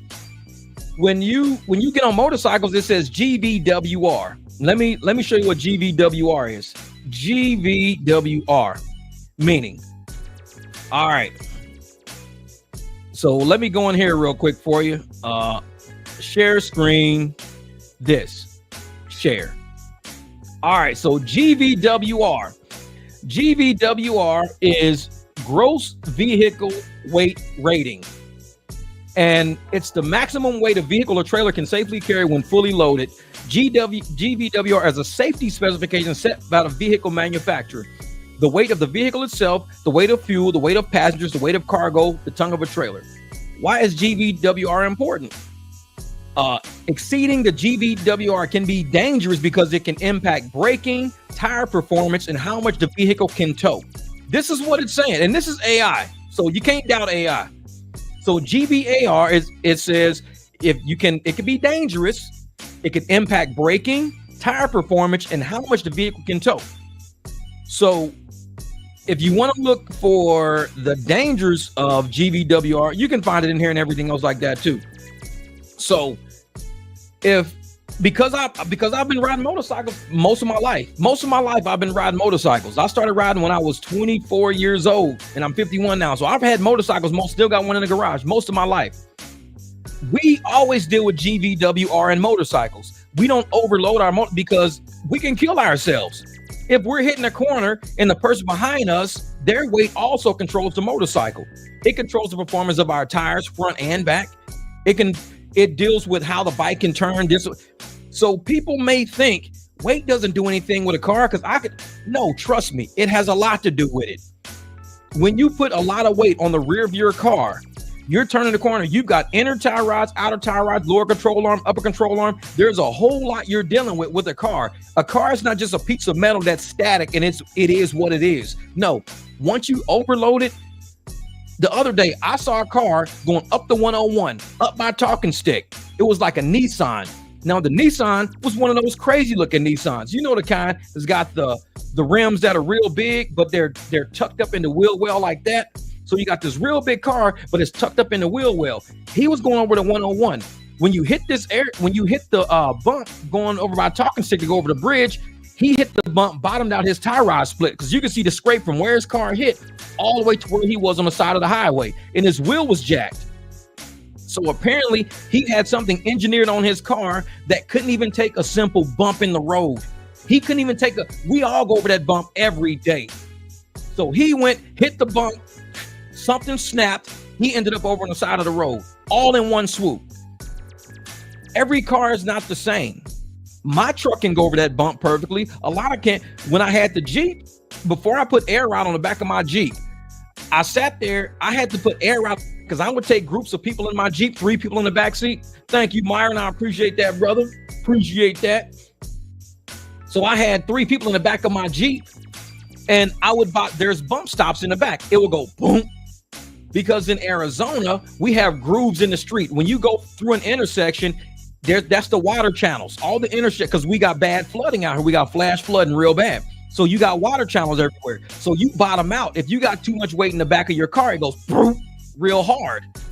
It was so hard. It made me stop driving my Jeep. Go put an entire air ride system on the back of my Jeep. I still have it to this day. That's why my Jeep sits up higher in the back. I'll show you how my Jeep sits up now. Because if you look at the Jeep, you can tell that it's not like a level Jeep like most Jeeps sit. Here it is right here. Let me do like this. So it's not a Jeep like most Jeeps sit. Like my Jeep sits up higher in the back. So let me see. I don't know why I won't do that. So my Jeep sits up higher in the back than it is in the front because I have an air ride system on the back, which means when people get in the back, I hit a button, the whole back end goes up, the Jeep levels itself out. Even if I go over bump, it'll never bottom out because of how I got it set up. And I set it up specifically for that. So when you get a regular passenger car, like this lady was walking up to, this little bitty ass car, and it's not set up for anything outside of normal weight based on manufacturer. This is not a Super Duty 350. He doesn't have a Super Duty. He's got a little bitty baby car. That's not a Super Duty. When you need super heavy things outside of the normal specs, and normal means not 5% on this end, not 5% on this end, but the 90% bell in the middle. That's all normal. There's some people that are 5% on this end, 5% on that end. She was 5% on this end, not normal. So his car would have to be upgraded in order to take her. Could she fit in and out? She probably could squeeze her ass in and out. She could. You can move the passenger seat all the way up. She could squeeze in and out. Now, with her having all the weight on one strut, passenger side strut, that's where all your weight is now. You got all the weight on your tie rods, your struts, everything on that side. It's almost like going in 3-wheel motion. Think driving around town with 3-wheel motion. You don't have enough weight spread evenly. When you're on a ship, you need weight spread evenly. When you're on a plane, you need weight spread evenly. When you're on a motorcycle, you need weight spread evenly. When you're in a car, if you don't have weight spread evenly, you can lose control of that car. All it takes is for a bump or something. If she's sitting on the back and she hit it, bam. What if it bottoms out that strut? Struts are full of fluid. And they're full of that hydraulic fluid. What if it bottoms out? All her weight is on that strut. Boom, it bottoms out. That strut busts. All the fluid comes out of that strut. It's like fork seals. And we motorcyclists, we know if you hit your front brakes a lot, your fork seals leak. That means you got to go take them in and get fork seals. Uber and Lyft is not paying for all that damage. They're not paying for none of that shit. Fork seals, leaky struts, busted struts, tie rods, control arms. They're not paying for any of that. So for this man to look at his car and say, my car's not built for Super Duty right now. It's not, it can be because I did Super Duty for my Jeep. I had to spend money to build it up, but his is not that. So if she wants to get into a normal car at that level, he has to be willing to assume that risk. And Uber and Lyft should say, if someone of size that exceeds normal, 2 people, 3 people, 4 people, if people exceed normal, we as Uber and Lyft will pay for the damage done to your vehicle. We will give you a warranty period of 30 days after that ride, 30 days after that ride to discover anything that went wrong with your car. Because sometimes seals bust and they stay within the like the sleeve. They don't come out of the sleeve. The seal could bust like your CV joints. When it busts, it stays in the boot. All that shit stays in the boot. You don't even know it's busted until you try to do something one day and you can't do it. So they should, if he took that ride, the app should say, we give you up to 30 days to report back any damage this ride may have done to your vehicle. He might be driving one day and all of a sudden just, and y'all know that shit because y'all saw me in my front yard doing my my BMW because I have hydraulic motor mounts. I got hydraulic motor mounts in my BMW. I'm gonna see if I got the pictures in here for that too. So where is it at? I don't think I have them in here. Wait a minute, maybe it's in automotive work. Let's look in automotive work. Let's look in here. Yeah, this right here. So these are the pictures I showed y'all. Those are my motor mounts in my BMW. And y'all saw me when I blew out the motor mounts in my BMW. They're hydraulic motor mounts. So when I blew him out, I had to replace it myself, which means I had to lift my engine up as high as I can, lift the subframe down as low as it could go, and get that motor mount out. There's a video on my channel in my BMW playlist showing me replacing these blown motor mounts. These cars don't last forever. And the more wear and tear you do on them, the quicker you have to do stuff like that. I had to do that myself. I had to replace all that myself. So if I had a passenger, my mounts went out, they blew out. Do you think Uber and Lyft would say, "Ooh, Jeff, man, we're sorry you're now leaking all this fluid and shit all in your driveway because you took one of our passengers, but hey, next time cancel. It's not on us. Cancel next time if you don't want to take them. Cancel." Your Jeep looks perfect like if the world ends today. Oh, brother, on the back of my Jeep, it says zombie rescue vehicle. It's funny shit. Zombie rescue vehicle. Let me see some. This is the front of it right here. Like the front of it, I mean, I got winches, all kind of shit on this Jeep. I got a big ass fucking 12K wrench on the front, so I can pull a car out of a ditch with this thing. And I've pulled a lot of shit with this car. I've done a lot. I got a video on my channel in this thing showing me pulling a Suburban out of a mud hole trapped in somebody's backyard. This Jeep pulled them out. But yeah, man, I be doing some crazy shit with this Jeep, man. I don't care. I use it for what it should be used for. It's a Jeep. That's what I use it for. So when people want to know, does this winch really work? They go to my videos or on my channel. They go to YouTube and they look for a video. Does the Badlands winch work? On my video, it shows me pulling that big ass Suburban out of that mud hole. The mud was like damn near, it was up to the doors. And this Jeep pulled them out of the mud. Man, I'm telling you, I do work out there, man. I do work out there. So yeah. Yep. And that's the thing. Dara does not care at all. They don't. So for that lady to want to turn around and sue Lyft because the driver is looking out for his equipment that is only covered by him, the amount of money she was paying would not cover his equipment, not for a repair. Lyft wasn't going to cover that. She wasn't going to cover that. It was up to him. So he has the supreme decision to say, do I want to risk? Because of GVWR, gross vehicle weight rating, on one side, you're jumping on one strut. You're not even sitting in the middle of the back seats. You're sitting on one strut. You're going to sit passenger side, one strut. You're finna kill it. This whole ride, you're finna kill it. Do I want to risk that? Knowing that I'm responsible for it. And the moment it gets damaged, everybody's going to look at me and say, you shouldn't have took the ride if you got a problem. You shouldn't have took the ride if you got a problem with it. He didn't take the ride because he had a problem with it. And because he had a problem with it, everybody wants to ream him for it. And I think she should realize you're in a state of your life right now where there's people around you that care about you. There's people around you that care about you, need to step up for you. You have a friend that has a big truck, guaranteed it. You got a friend that's got a van. You got a friend. You have people around you that can take care of you to where you don't got to get complete strangers. I know Uber and Lyft is like that. Complete strangers. You are telling them to damage their shit for your benefit. I'm a complete stranger. You have no right to tell me, to force me to damage my shit so you can get from point A to point B. This is still a free country. You can't force me to put you in my little ass BMW just because you have an app on your phone. I showed up in a small Uber X in my little ass BMW thinking I'm just picking up somebody. I roll up, I'm like, oh, fuck. I'm like, listen, lady, listen. Because y'all know me. I showed y'all, even in my BMW, I couldn't even, my lunchbox. I put my lunchbox in my trunk of my BMW. The top of my lunchbox in my trunk, standing free, almost touches the top of my BMW. BMWs are little. They're fucking little.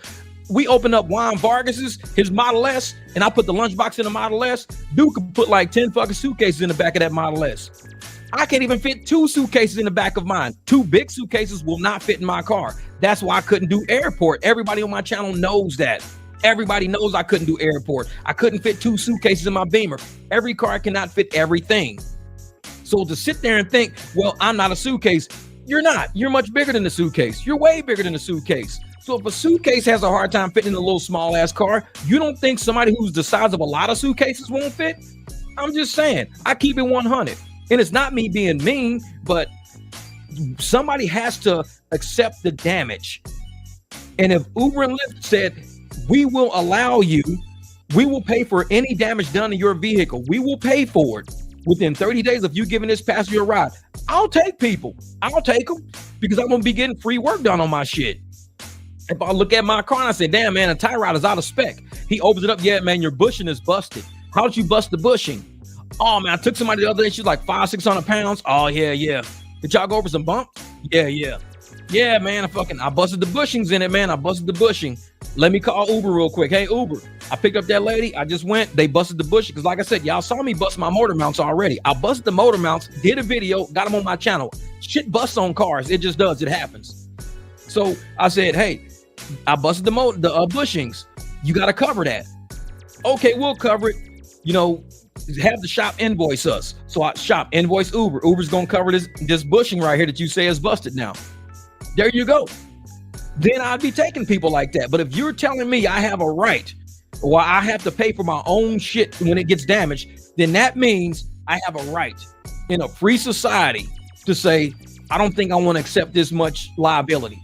I want to accept this much liability. I don't want to be liable for anything that I can't afford on my car because nobody else wants to accept the liability except me. And like I said, it's not nothing mean about it. It's just real. It's 100. If you want to give me a deposit, say, hey, man, if you start picking up people that are exceeding a certain weight limit, we'll give you a $1,000 deposit. In 30 days, if you don't get the repair done, if nothing's wrong with your car, we'll revoke the $1,000. Cool, no problem. I'll take it to a shop. Hey, guys, look over my shit. Oh, everything's in spec. Nothing's wrong with it. Checks out pretty good. All right, cool. Hey, man, nothing's wrong with my car. I gave you 30 days. On day 29, I went to a shop and I looked for everything. They said everything's good. You can take the $1,000 back. All right, bet. And I'll just keep doing that shit out. It don't make me none. But if I'm responsible for it myself, I'm going to have something to say about it. I'm going to be just like that dude did because I got a little ass BMW. And I'm not going to sit there like, nah. So in Africa, drivers are laughing at Americans. Drivers, you use your own car. Uber take a share because of a tech not so insane. Oh, yeah. Say Uber and Lyft won't pay for anything, let alone someone vomiting your car. I heard about that, Hassan. I heard about that, man. I heard about that. And that's sad. That's sad because we're agreeing to pick up these people when we probably shouldn't. With our best judgment, we probably shouldn't, but we don't want to feel like, we're mean or discriminating. We show up to do a service, but we don't know what that service entails until we get there. Do we cancel when we get there? We have a right to. We have a right to show up and see somebody that can't stand up right without wobbling and shit. So, you know what? I don't want this person to throw up in my car. They look woozy as shit. They're like this. And I don't want to, get in the car and get motion sickness and puke all in my back seat. So I'm going to cancel this ride. We have a right to do that. Because Uber and Lyft are going to say, you didn't see this person being woozy? You didn't see this person drunk already? Well, why'd you take the ride then? That's what Uber says. That's what they say. Yeah, they used to. They used to a long time ago. They don't do that shit no more. They make you go out, pay for this, pay for that, and then they might give you a portion. Maybe. So, man, Uber is a for-profit pyramid scheme. Real shit. So that's my take on that lady, man, on the Dank DeMoss. That's my take on her. Like I said, she's trying to sue Lyft. I don't think she'll win. I think if anything, Lyft will probably say it's going to cost us more in attorneys taking you to and from court, appealing shit, this and that. Then what do you want, lady? You want 50 grand, 60 grand? What do you want? That's what's going to happen. And once that happens, it set precedent. Now you're going to have heavy people of all sorts coming around going, oh, yeah. I tried to get in this Uber and he wouldn't take me. This motherfucker drives a little ass fucking Mini Coupe. So he drives a Mini Coupe and you really want to get in this Mini Coupe. Yeah, and he wouldn't take me. I think that's discrimination. That's what it's going to start. It's going to start a slippery slope of people saying, and her attorneys, I'm going to show you where her attorneys fucked up. This is where her attorneys fucked up big time. I understand when you're trying to develop a case for a lawsuit. Because I took the LSAT, motherfucker. I'm very sharp. I took the LSAT. I'm like one of the best LSAT takers on the fucking planet. Did I go to law school? No, but I'm one of the best LSAT takers ever. So what he did to fuck up was he, instead of making a case based on things like vehicle weight and things like that, he tried to say she was discriminated against, just like as if a black person was discriminated against. I'm like, wait a minute, what did you just say? He says, yeah, she discriminated against just like if it was a black person. No, because fat does not equal black. You cannot correlate the two. Stop trying to make everything bad in this world seem like it's got to do something with being black. Oh, you gay? That's just like being black. You a lesbian? That's just like being black. You handicapped. That's just like being black. It's like, quit trying to make everything seem like if it's black, if it's bad, then it's related to black. No, you're going to lose every case. Black people are not the scapegoat for everything going wrong in this country. We're not. Don't always try to say, if you ever want to win a case, just say it's just like being black. That's where I think he's screwed up. Because if you want to go around saying fat is the equivalent to black, I mean, I've been in a lot of cars. Nobody treated me differently. I walk into places, nobody treat me any differently. And maybe it's just because of my aura. When I walk into a place, I feel like, hey, man, I'm here. I'm ready to order. I'm ready to do this and that. It has nothing to do with my skin color. They know this guy's finna buy something. Why? Because he looks like somebody who's finna buy something. He's walking in, he's waving at people, he's this and that. He's picking up what he's walking towards the fucking cash register. He looks like he's gonna buy something. Now, if I walked in a building with a fucking hoodie on and I'm like all sketchy and shit, I'm looking around, I'm like looking behind me, I'm like raising my shirt up a little bit and I hurry up and drop it when I see somebody. It looks like I'm trying to steal some shit. It ain't got nothing to do with my skin color. People observe who you are. And they're observing your actions, your behavior, your aura. So when you walk in with a certain aura, I'm black. So I walk in, I'm like, hey, I'm black. Guess what, motherfucker? This is what I do. Nobody treats me any differently. So you can't say, oh, being black is just like being fat. Being fat is just like being black. It's the same discrimination. No, far from it. Because when somebody sees me trying to get into a car, they're not going to say, hey, man, my tires might go flat. My suspension might fuck up. Why? Because you black. Okay. Yeah, man, you black. You might fuck up my brake pads. Man, you black. You might fuck up my struts, my tie rods back there, my bushings and everything. You might fuck it all up. Why? Because you black. And fat people are just like black people, man. The correlation is not there. But if I show up and I'm acting sketch, I got a hoodie on and I'm like, act like I got my hand down in my pants or whatever. I'm looking around. I'm like, yeah, man, you here for Tyrone? You here for Tyrone, dog? Yeah. All right, bet. I'm looking around like this. It ain't got nothing to do with me being fat. I'm looking sketchy as a motherfucker. And I just so happen to be black. So when you look sketchy, when you got this certain aura about you, when you're black, you got or white, when you got this certain aura, that's the determination of whether or not somebody wants to deal with you. It has nothing to do with your skin color. Because I've been dealt with like royalty, and I've been dealt with like shit if I look sketchy. When I was a little kid stealing from fucking Walgreens, I look sketchy. Of course they gonna follow me around Walgreens. I'm looking sketchy. I'm a little kid with a towel from swimming and swim trunks on, and I'm walking past some expensive ass candy bars. I look sketchy. So therefore, if I would have just went to the cash, grab a candy bar, went to the cash register, put my money down, they would have been like, okay, he came and bought a candy bar. Whoop-de-doo. No big deal. Little kid came and bought a candy bar.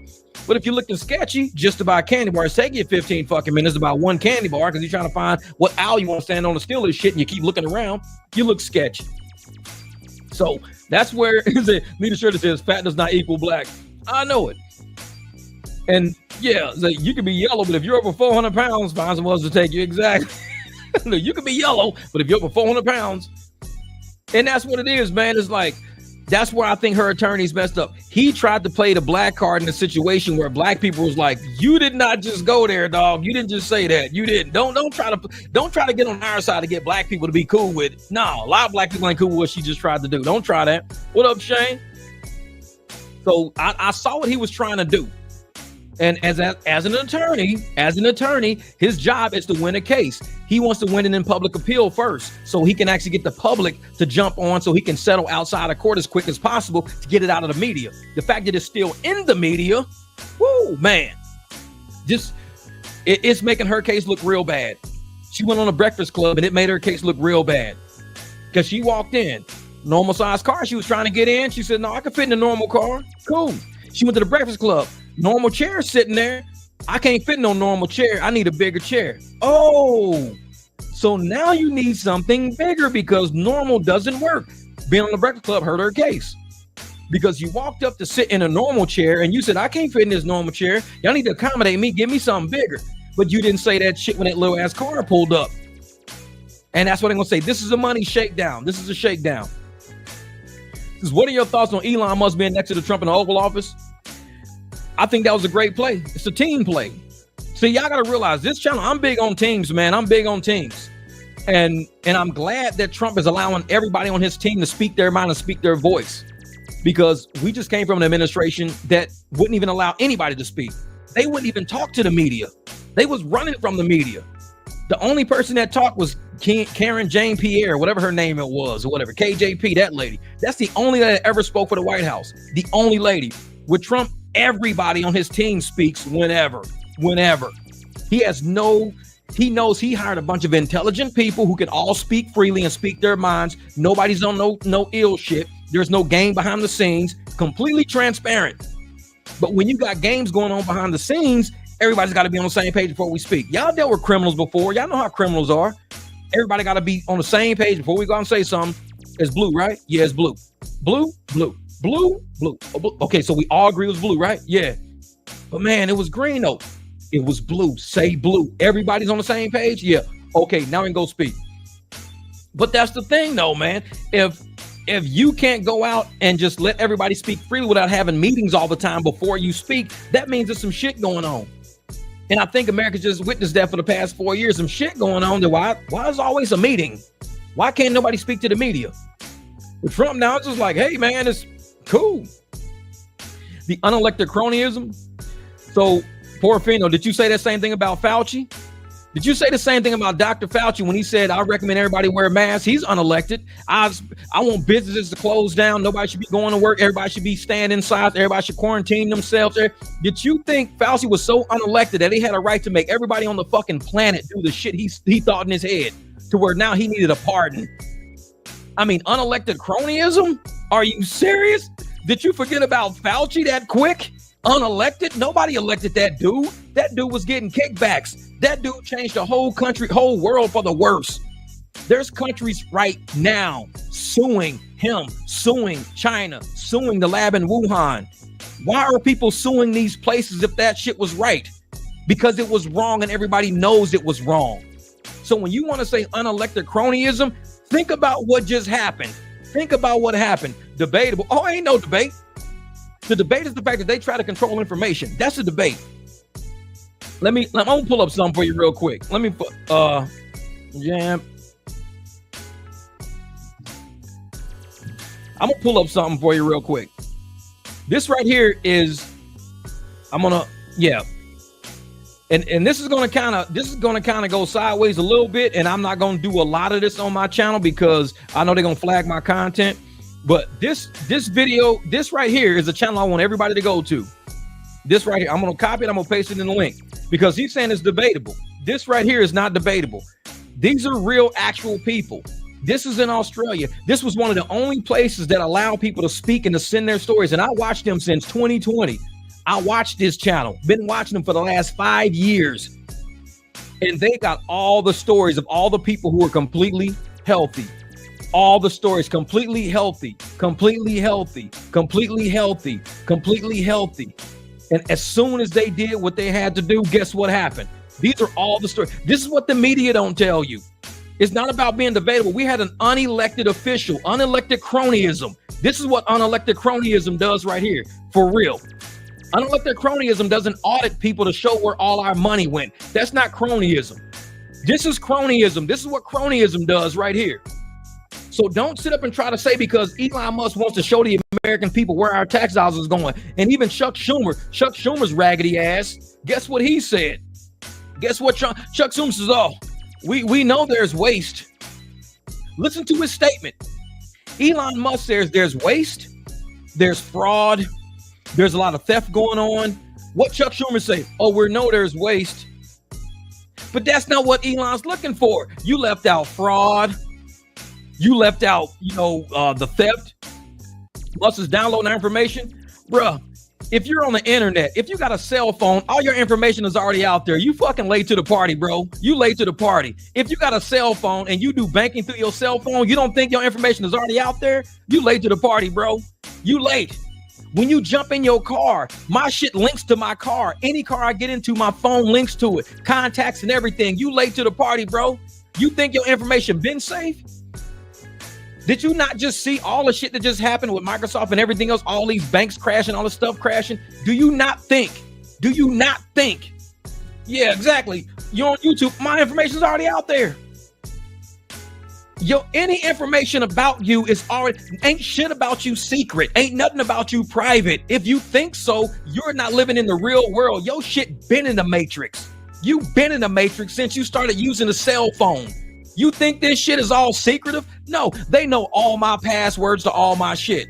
Guaranteed they know it. The bank knows it. If the bank didn't know it, then why would the bank let me in when I type the password in?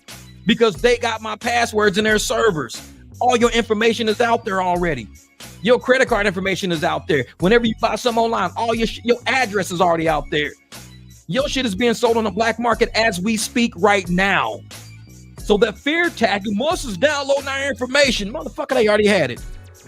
If the government want to come to your house right now, the government can. You don't think the government already know everything about you? They know where you live, where you work. Man, so they listen to your information. Exactly. Medical fund, everything. They know everything. If anybody on this planet think you not in the system already and you think Elon Musk is about to do something, no, you're late to the fucking party. You thinking slow. We already been in the matrix for a long time. We already been there. We've been there. So when you walk around thinking, oh, nobody knows where I'm at, location data, background data, you got Wi-Fi in your car. My BMW has its own Wi-Fi system. Every car has got its own Wi-Fi system. If they want to turn your car off in the middle of traffic because you didn't pay the bill, they can do that shit right where you sit. They can even find out where you are. You've been in the system the whole time. So for anybody to think, well, Elon Musk gonna download our information, you must be wearing a mask. Fauci told you to wear a mask, you put one on. See, I didn't wear a mask. It's 2025, I didn't wear a mask. I'm still here because I ain't listen to that bullshit. When you listen to certain people telling you certain shit and you buy that, that's what they're banking on, that you're gonna buy shit. Because like I said, what did Chuck Schumer say? We know there's been waste. He didn't end with fraud, corruption, and kickbacks. He didn't say nothing about there's no kickbacks. There's no corruption. There's no fraud. Chuck Schumer never said that. Chuck Schumer just said, oh, we already know it's been fraud. We already know it's been fraud, waste. So, bro, if you say it's already been waste already, then why haven't you and the Democratic senators in Congress all try to attack that shit?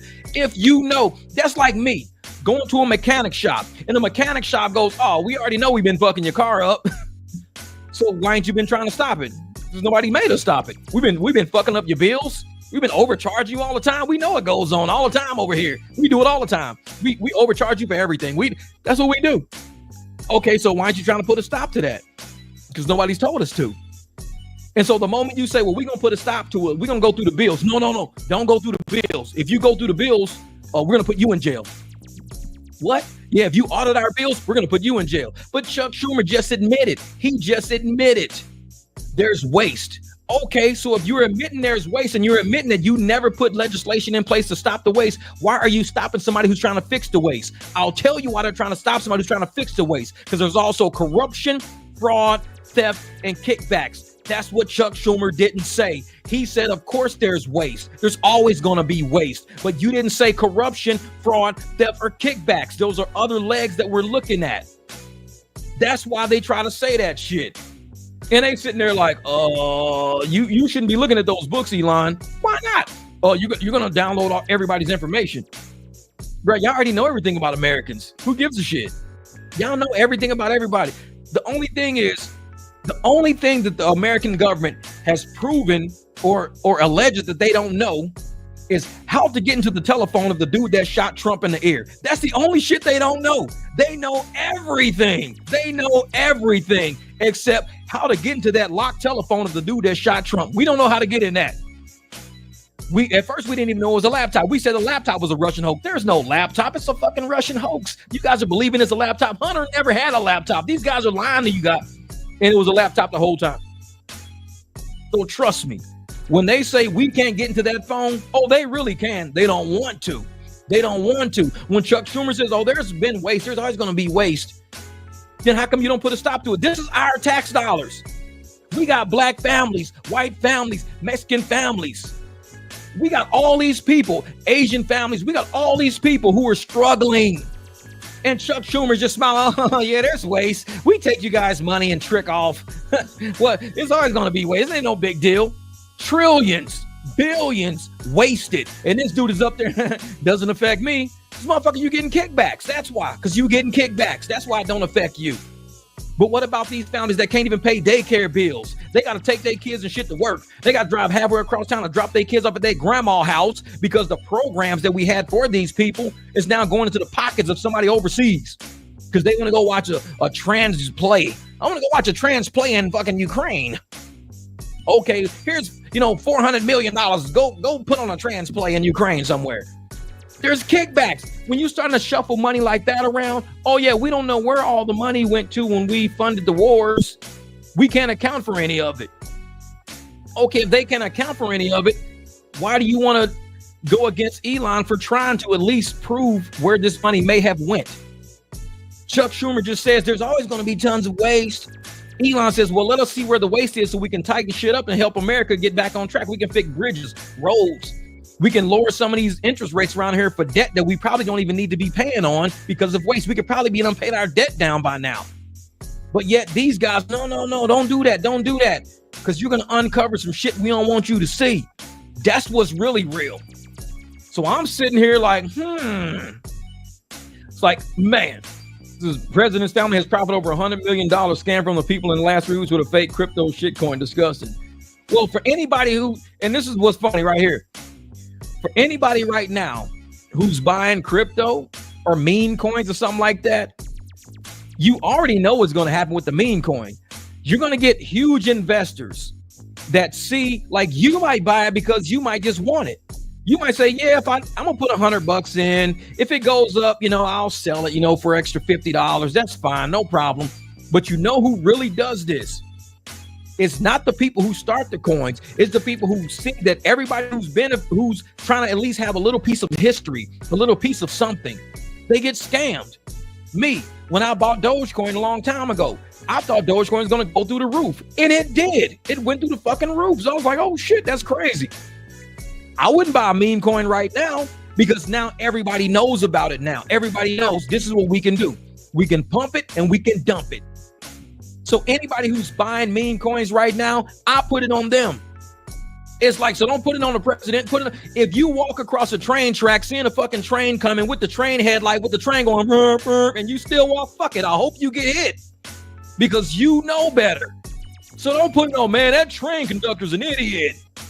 It ain't got shit to do with the train conductor. Trains on the track coming at you, fucking light showing, and you still walked on the tracks. You're the fucking idiot. It's like, don't put it on, oh yeah, people who start meme coins. No, it's people who buy meme coins. Get it right. Don't walk on the train tracks and then try to say, how did I get hit? Motherfucker, you're an idiot. You think slow. I support Trump, but do you see me sitting there saying, oh man, I'm going to go buy a Trump meme coin? No, because I know what's going to happen. I might want to buy one for the hell of it. But then turn around and all these investors are going to dump, jump, and they're going to push the price to the roof, and then they're going to sell. That's what these people do. They're a bunch of schemers and scammers, just like with the airport. Why don't I do airport rides? Because you got schemers and scammers at the airport. They go up there and they let all the rides come in and all the rides, and guess what? They hold everybody out. You're sitting there for 3 hours waiting on one ride. That's no different than a damn meme coin. No different. Being on Uber and being on Lyft is no different than crypto. You invest all this time, all this energy, all this money, and you don't get shit back out of it. You got to sit there and do private rides. You got to convert rides. You got to be smarter than the systems that's put out in front of you. If you're not smarter than the systems put out in front of you, then you're the idiot. This is why this channel is always ahead of the curve. If you following what 90% of the people are doing, society, normal people, you're going to get fucked in the game. Guaranteed. Elon decided to say, hey, we're going to do some high level shit. We're going to sit up there and we're going to grab all of these books and we're going to audit these books. And guess what 90% of the people say? Do it. And guess what the other 5% on the end say? No, don't do it. Don't do it. You're going to find out we're cheating and shit. You're going to find out we're scamming people. Yeah, exactly. So don't sit up and say, oh, well, if I do something, then nobody should ding me for it because I'm just doing what everybody else is doing. Well, normal people normally are idiotic. They're normally not that bright. I mean, that's why even if you talk well, if you speak well, people go, oh shit, man, you speak pretty well. Because most people don't. They're idiots. And I'm not saying everybody, but I'm saying most people you run into, they're just naturally not there. And if they want to talk about the Department of Education, saying where they're going to do away with the Department of Education. They all thanks, Flocks. They're going to say they're going to do away with the Department of Education. I say good deal. Because how long have we been complaining about the Department of Education? It's only so many times you can keep taking your car to the mechanic, complaining about how your car runs. So you've been taking your car to the mechanic for 30, 40 years straight, and your car still runs like shit. Wouldn't you think you got to get a new mechanic? I mean, I'm just saying, common sense. If you keep taking your car to the same mechanic for 3 decades and your car still runs like shit, do you think, who's the smart one here? The mechanic is the smart one. You're the idiot because you keep going back. Because he's like, well, if they keep bringing us the car, fuck it. Keep ripping him off. But his car still runs like shit. We don't care. He's going to come back because he's an idiot. He don't even know better than to not go find a new mechanic. He's that damn dumb. Department of Education is that mechanic. They think people are that stupid to keep relying on us to educate them, and we just keep making people more stupid. Have you ever watched those things where you see people speaking on camera? They ask somebody a question like, who is the first president? And they go, Abraham Lincoln? What? Yeah. And the guy was like, well, he's on like the $1 bill. George Washington. That's right, George Washington. You got me, man. You got me, bro. You got, motherfucker, I ain't nobody get you. You're stupid. It wasn't even a trick question. You got me, man. You fucking got me, bro. You got, that was good. You got me. It wasn't even a trick question. I just asked you who's the first president. They asking people the most basic shit sometimes. And these people are all public educated people. And you're saying, don't shut down the Department of Education. They're not putting out quality product.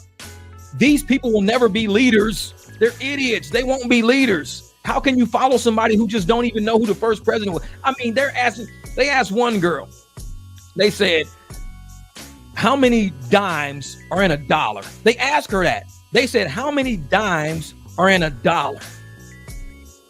Dead serious. The girl was like, well, there's 2 dimes and a nickel and a quarter. So there's 2 dimes and a nickel and a quarter. And there's 4 quarters to $1. And I mean, I'm swearing, I'm gonna have to find this video one day. And she was going for like 5 minutes and her friend was laughing. And she was like, well, with the 2 dimes, and she ended up coming up with, she said something like 37.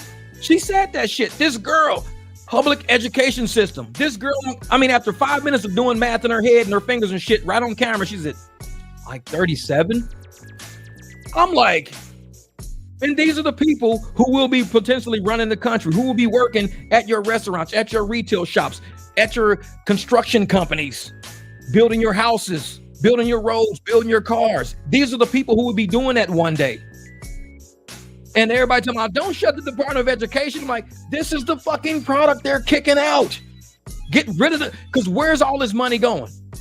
If it's not going to pay teachers better so they can do a better job, most teachers got 2 jobs. Some of them even do DoorDash and Uber Eats and shit. If it's not paying teachers better so they can focus on the product, which is children, educating the children, make sure the test scores are there, instead of this whole, just push people on, just push them on, just be done with them, just be done with them. Instead, pay these teachers and say, hey, if you can educate these kids right, just like paying a mechanic, if you can fix my car right, I'm willing to give you money. If you can fix this car, I'm going to give you money. 3 decades of you working on this car, my car is getting worse and worse and worse and worse. It's not even close to running right, man. What the hell? My car's not running right. I mean, I got this Escalade on the side of the house. I bought it in 2011. I could walk outside right now and fire that shit up because I've been working on that car. I stay working on that car. When I see a leak, I say, is it a gasket or something wrong?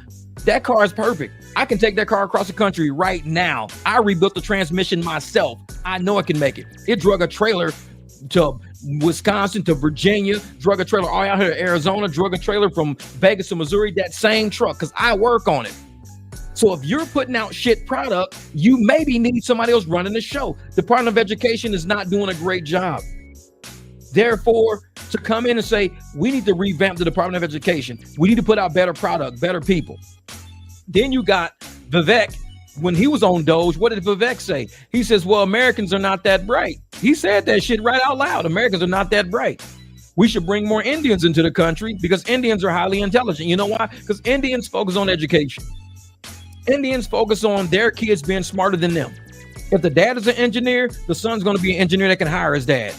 If the mom's a doctor, the kid's going to run the whole hospital network. That's the way they do it. They want to educate each generation of the Indian people want to be smarter than the last generation of Indian people. But each generation of black people or American white people just get more entitled. That's it. We just get more entitled to wanting free shit. One girl on the internet, she's a white lady. She's like, she don't even have a job. The white lady don't even have a job. She got a ton of kids, like 6 kids. And she's like, well, I get $40,000 a year on my income tax refund. I don't know how you get an income tax refund when you ain't put shit in. That's like me not buying shit from the store, but I want a refund from the store. No, you're finagling the fucking tax system is what you're doing. Just like I would be finagling the refund store if I kept going to the hey man, I need another $300. But you didn't never buy shit here. I need a refund. But you never bought shit. That lady never bought shit, gets $40,000 a year. She's on food stamps, EBT, and Section 8, and she gets $40,000 a year. And she's got like 6 kids. She's an American lady. And she's saying that Trump is bad for her life. I'm like, bitch, you started some decisions a long time ago. Your life been fucked. This ain't on Trump. You did some shit a long time ago. So don't put this on Trump. All Trump is doing is exposing who you really are. Your kids are going to look at you and be like, Mom, how'd you make it this far? Finagling the system. Finagling the system. We sit there and we play the game and we allow these Americans to play these games. Elon comes and says, we're going to clean up the games because Americans are not even bright enough to realize we're getting ripped off. Chuck Schumer says, oh, there's a little waste here and there. Oh, there's a lot of waste. There's a lot of fraud. There's a lot of corruption, a lot of kickbacks. There's a lot. But as long as we keep Americans dumb, as long as we keep them stupid to what's going on, they don't care. They'll fight over little shit. Like, I'm not getting, you taking away 200 of my 400 of my food stamps. Bro, I can make $200 on one private ride. You know why? Because that's what I do. I wake up every day and I don't think about food stamps. I think about how can I be a benefit to society so I can get some money out of society and help take care of my society. At the same time, I'm taking care of society. I'm not looking for no handouts. You taking away 200 of my 400 in food stamps. Bro, it's 30 days in a month. $200. That's about $10 a day. Let's say $10, $15 a day is what they're taking. I don't know, something like that.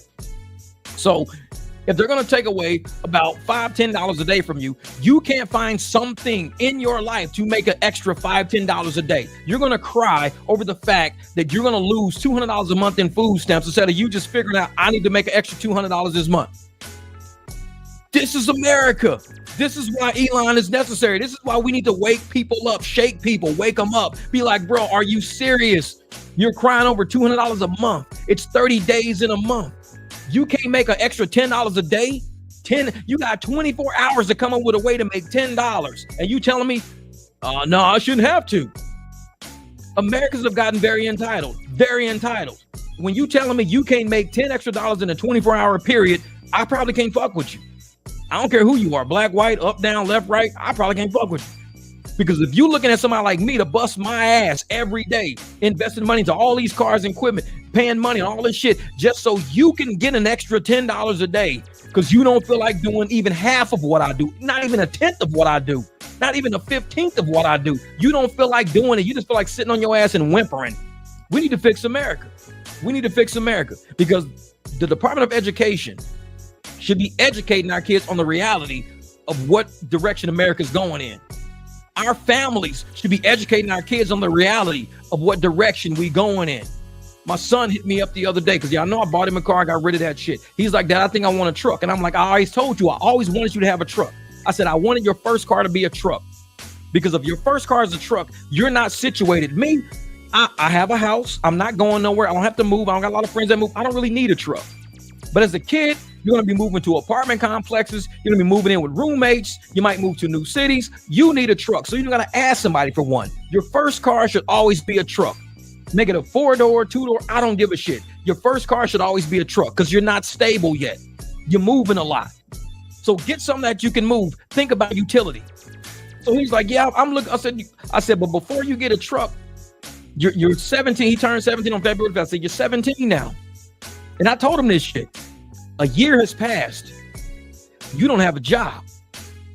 You've been 16 for a long time. You don't have a job. So why do I want to find a car or a truck for you So when that truck breaks down and it's sitting on the side of your house for the next 2 years because you don't got a job, you ain't got no insurance, you have no money for parts, you have no money for gas, you got no money for maintenance, that you want me to buy you a truck. Talk about putting good money on a bad idea. So he already knows the play now because he know who he's talking to. I'm real with the shit.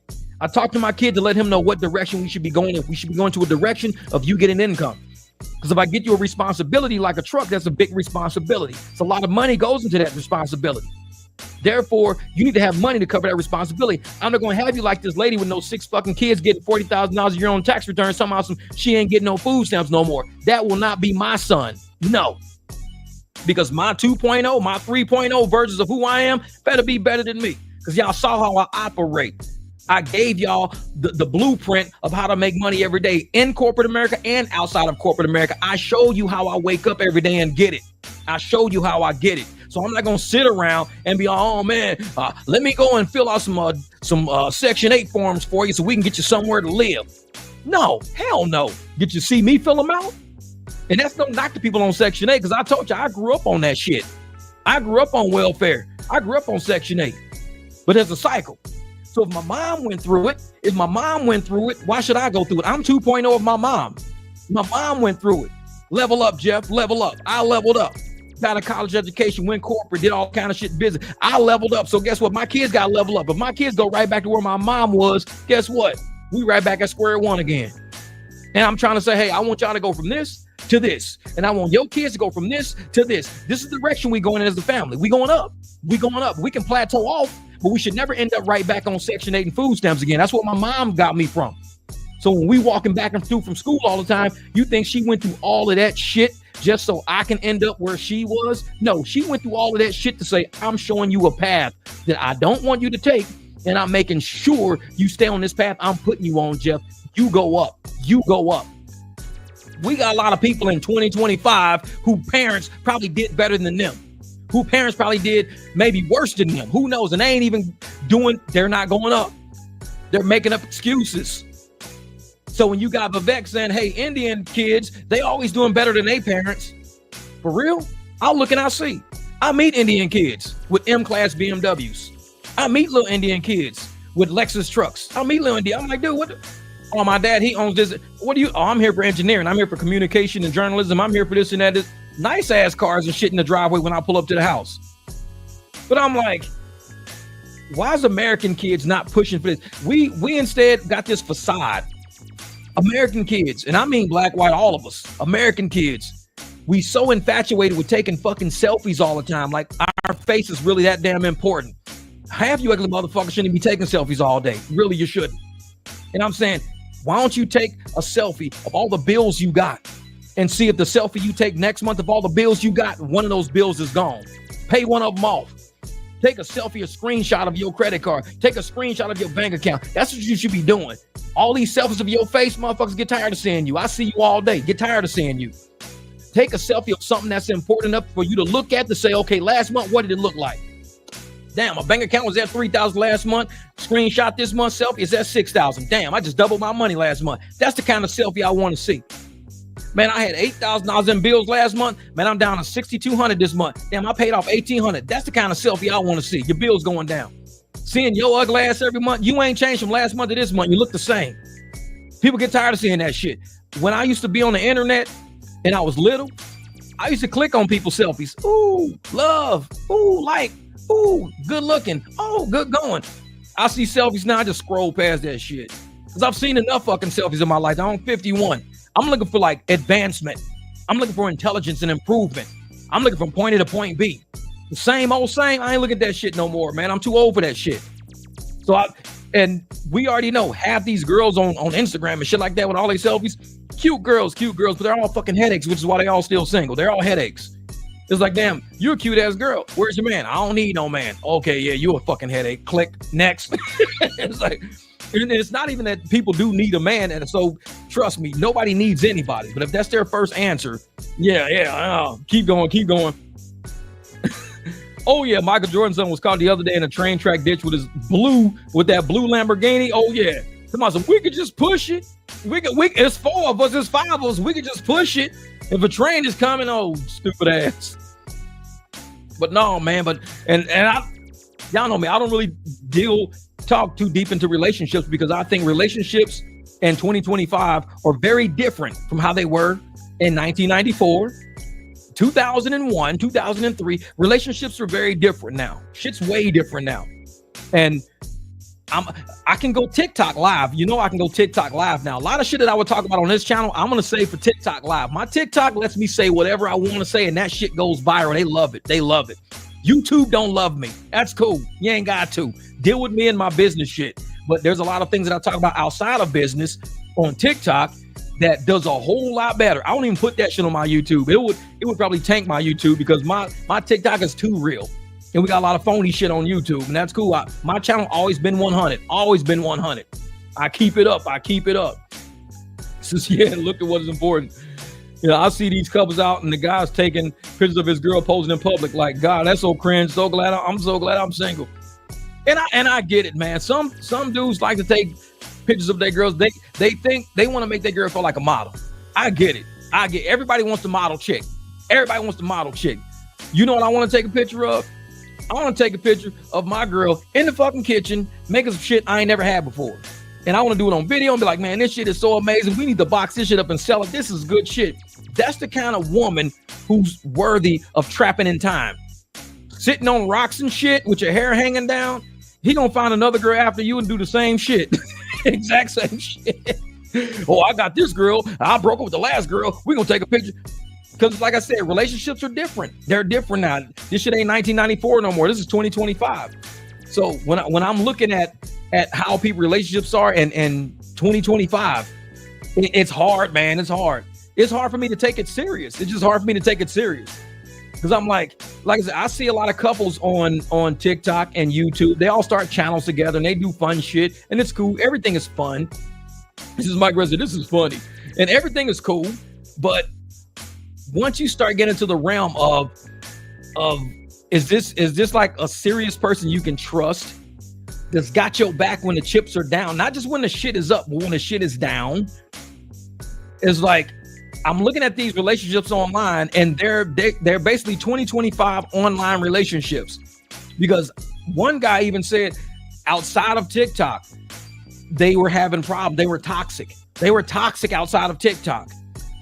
So after they got off TikTok, I think the couple is dead now. Like one killed the other and then committed suicide. But online, they look like the amazing, fun couple to be around. They were amazing. Great couple to be around. And this is why I stopped looking at couples online. No knock to them. I hope everything's great with them. But when they always talk about, look at how loved we are. Look at our dinner. Look at our this. Look at our that. Look at what we doing. This guy and this girl end up killing each other. One of them killed the other one. I didn't even get the full story. And this was all recent too.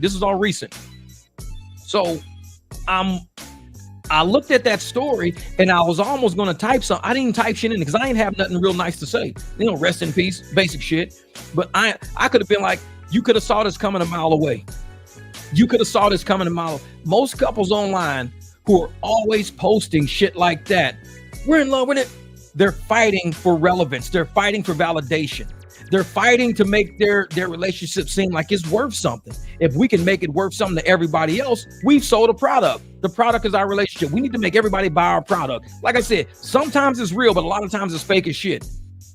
So when these couples are online trying to sell this product of this illusion of our relationship is amazing, it's great. Just like that dude Twitch, the dancer Twitch from the Ellen Show, the dancer Twitch. His relationship was, everybody's like, man, him and his wife are gorgeous. They're a beautiful couple. They dance together, got a beautiful family, this and that. Next thing you know, dude's dead.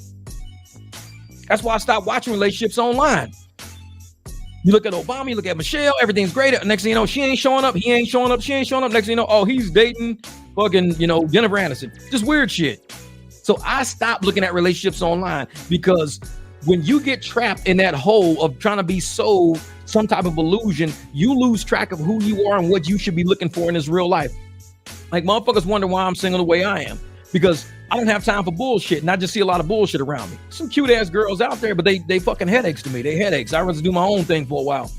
And the moment they try to lock you down is the moment your life goes to shit instantly. And you got to deal with this person every day now. I ain't trying to have all that. I got dogs I can deal with. I got to scoop shit every day. If you ain't trying to help me scoop shit, I ain't giving you none of my money. Bottom line. If you come in my backyard and scoop some dog shit, you might be worthy, because that's what I do every day. I scoop dog shit and I drive nice cars. If you ain't willing to do that with me, nah, I'm good. I could do bad I could scoop shit by myself. But I'm not gonna be out here scooping shit, getting all dirty, cleaning my dogs every day, but taking you to sushi and nice ass places every day. Nah, those who scoop shit, they eat shit with me. We get down now. Otherwise, no, I ain't bothering with you, because it's too many fake. Yeah, it's fake love, man. 22. It's so much fake shit out there. Just so much fake shit, and people need to realize that once you've seen it online so much, it's almost like you're like immune to it. It's like a virus. It's like a love virus going around the internet of everybody. Oh, I'm in love. I'm crazy. I'm this. I'm that. Even as that one dude, what was his name? Corey SSG. Everybody talks about Corey SSG, the dude who kidnapped the 2 girls in Houston. Now, when he was with Carmen, gorgeous lady. She's a headache though. I mean, no knock to her. Like, I'll tell her fucking face. You're probably one of the most beautiful women I see out there, but you're a fucking headache. And it's hard to deal with women like you. You're mouthy. You're gorgeous, but you're probably a fucking headache. This is what it is. It comes with the territory. Then he was with that girl. He was with Danny, another girl, another gorgeous black woman. Danny, gorgeous. Model. Danny looks like a fucking model. Another headache. She's mouthy. She tells everybody's fucking business. Once you get somebody like that on your team, you can't trust them.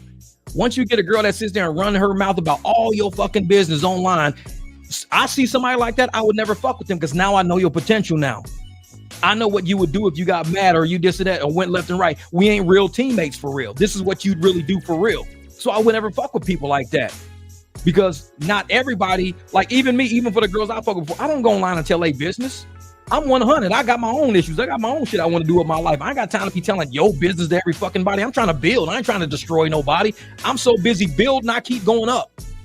When you spend your time destroying people and trying to destroy people, you end up just as low as they are. So I build every day. I build every day. I build every day. That's what I do.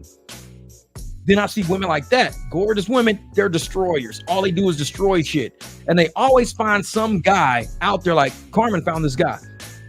I think his name's Boogie. I don't even know. But she found him. So she's dating this guy. This guy has no idea about the hand grenade he's dealing with. Or maybe he does know about the hand grenade he's dealing with, and he's trapped in his mental psyche of, ooh, I got the girl that everybody wants. Trust me, dog. Not everybody wants her. We appreciate how she looks, but not everybody wants her.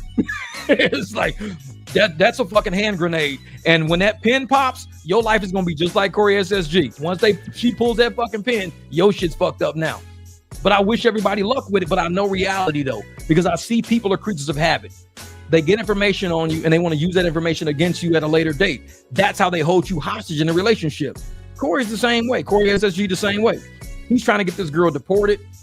He's trying to, and they were supposedly so in love. They had this channel together. They had this great life. They had 1 million followers and shit. They were making a ton of fucking money with their channel because they were in love. They were selling this illusion of they were in love, made a ton of money. They got so fucking big, they fell out of love and they hate each other to where they're trying to send each other to jail. They're not only trying to send each other to jail, but they're trying to get people deported out of the country. And people ask me, Jeff, why don't you buy into this illusion of love like the rest of us? Because I'm 51 and I've seen too much. The women in my life who I trust most are women I never fuck with. Women like my homegirl, Tina Marie. That's been my dog since the moment I met. I think I met her on fucking MySpace. Real shit. I think I met Tina on MySpace. She's in Kansas. She's in the county. That's my homegirl right there. We've been cool from day one. She know anytime she need anything. When Deb was little, she came out to Vegas. Me, her, Robin, we all went and we fucking ate at P of Chains. We took pictures and everything. I think I still got the picture in my phone. I don't know. Let me see if I got this picture in my phone. I couldn't. But these are times of when I don't think I got a picture of her in my phone. But is Dev in here? Let's see. I see Dev in here. I see Jers in here. I see everybody in here. I don't see the picture I'm looking for, but we went to a P of Chains one time. And that was the coolest picture of me and Dev. He was real little. And so I kept that picture in my phone forever. But it was a picture she took of us in the restaurant. Now, the only reason why that girl is probably still, well, not even probably, like she is one of my best female friends is because we never fucked around before. And so many people think we did. Because the girl is fucking gorgeous. She's a gorgeous girl. And everybody's like, man, y'all had to fuck around, man. Y'all had to. If we did, we still wouldn't be friends right now. Every girl who I've ever fucked with will tell you, I don't like Jeff. They'll tell you that shit flat out. I don't like him. I don't like him. And it's cool. Because I probably don't like you either, motherfucker. But for real, though, most of the girls that I'm cool with are girls I never bothered. Because to me, love is not the illusion. Trust is more important to me than love. Trust. So you can say, I love you. I love you. Fuck all that. I could care less. Can I trust you? That's the biggest thing to me.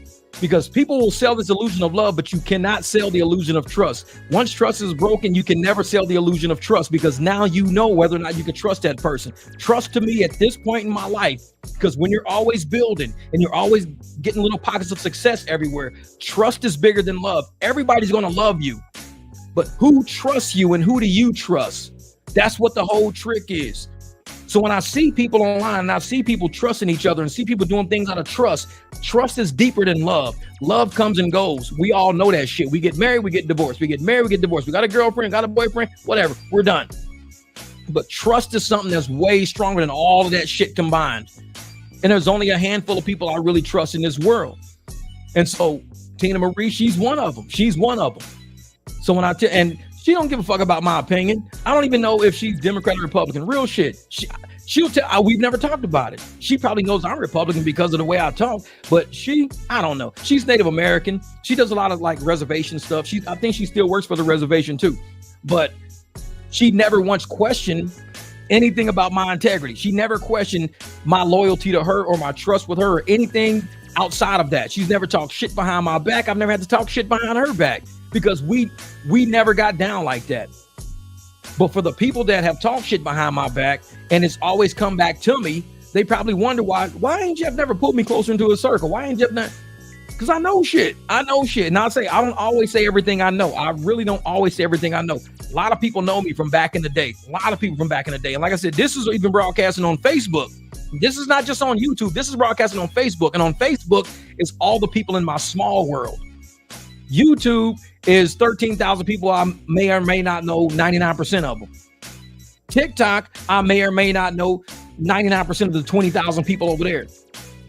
But on my YouTube, on my Facebook, I know about 90% of those people. About 80 to 90%, I actually know them. Whereas only 1% and 1% on TikTok, 1% on YouTube.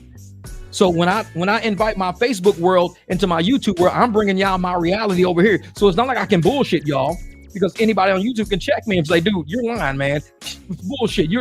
Anybody can check me. So I got to keep it 100. So it's like, man, yes, trust is more important than a word I love. Yeah, exactly. So MySpace with Tom was wearing his white t-shirt. Oh yeah, that's back in the day.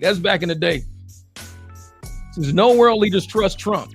But see, that's the thing, bro. It's not about you. I don't think you understand the word trust. And I'm going to explain to you what I'm glad you said this, because a lot of people, they don't understand what trust means. You think trust means like. Trust does not mean like. Trust means, do you know I will fuck you up if I say I will? Yeah. Okay. That's why they don't like him, because he can't be controlled. When you can't control something, that's just out of your control. But do you trust it? When I go into the wilderness and I see a fucking coyote, do I trust that coyote? I trust that he'll fuck me up if he get a hold of me. So what do? I stay in my car because I wait till the coyote leaves. So you don't have to say no world leaders trust Trump. Oh, they all trust him. Why do you think they scared of him?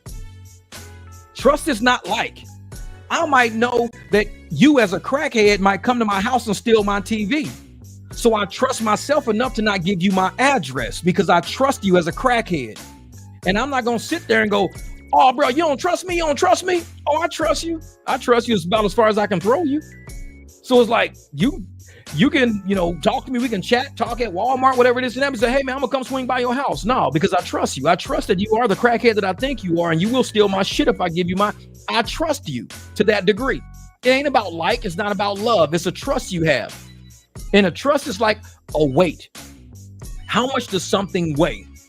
Is this light or is it heavy? So if it's a light trust, and if it's like, but if I got a heavy trust for you to where and I pull you closer into my circle. Now you're deeper into my life. I got a heavier trust for you. A light trust is I know you're a crackhead and I know you're quick to steal some shit. Therefore, I might not allow you to come deep to my circle. Trust is trust. It's what it is. You can trust that something's going to break. Does that mean, do you trust that product? Well, I trusted the shit will break. How you know? Because I got it from Harbor Freight, and everything I buy from Harbor Freight breaks at some point. That's why the shit is so cheap. I trusted to break. I'm relying on it to break. That's why I paid what I paid. And I bought 2 of them. Why? Because I know this shit's going to break. I trusted it'll break. Trust is not like. Trust is not a guarantee. Trust is that you just, it's a weight. It's like, is the scale going this way or this way? Trust to me is a weight. And a lot of people I trust heavily. Some people, I trust them to be exactly who I think they are. They trust Trump to be exactly who he says he's going to be. When I put my vote in, I trusted that it was going to go to the right person.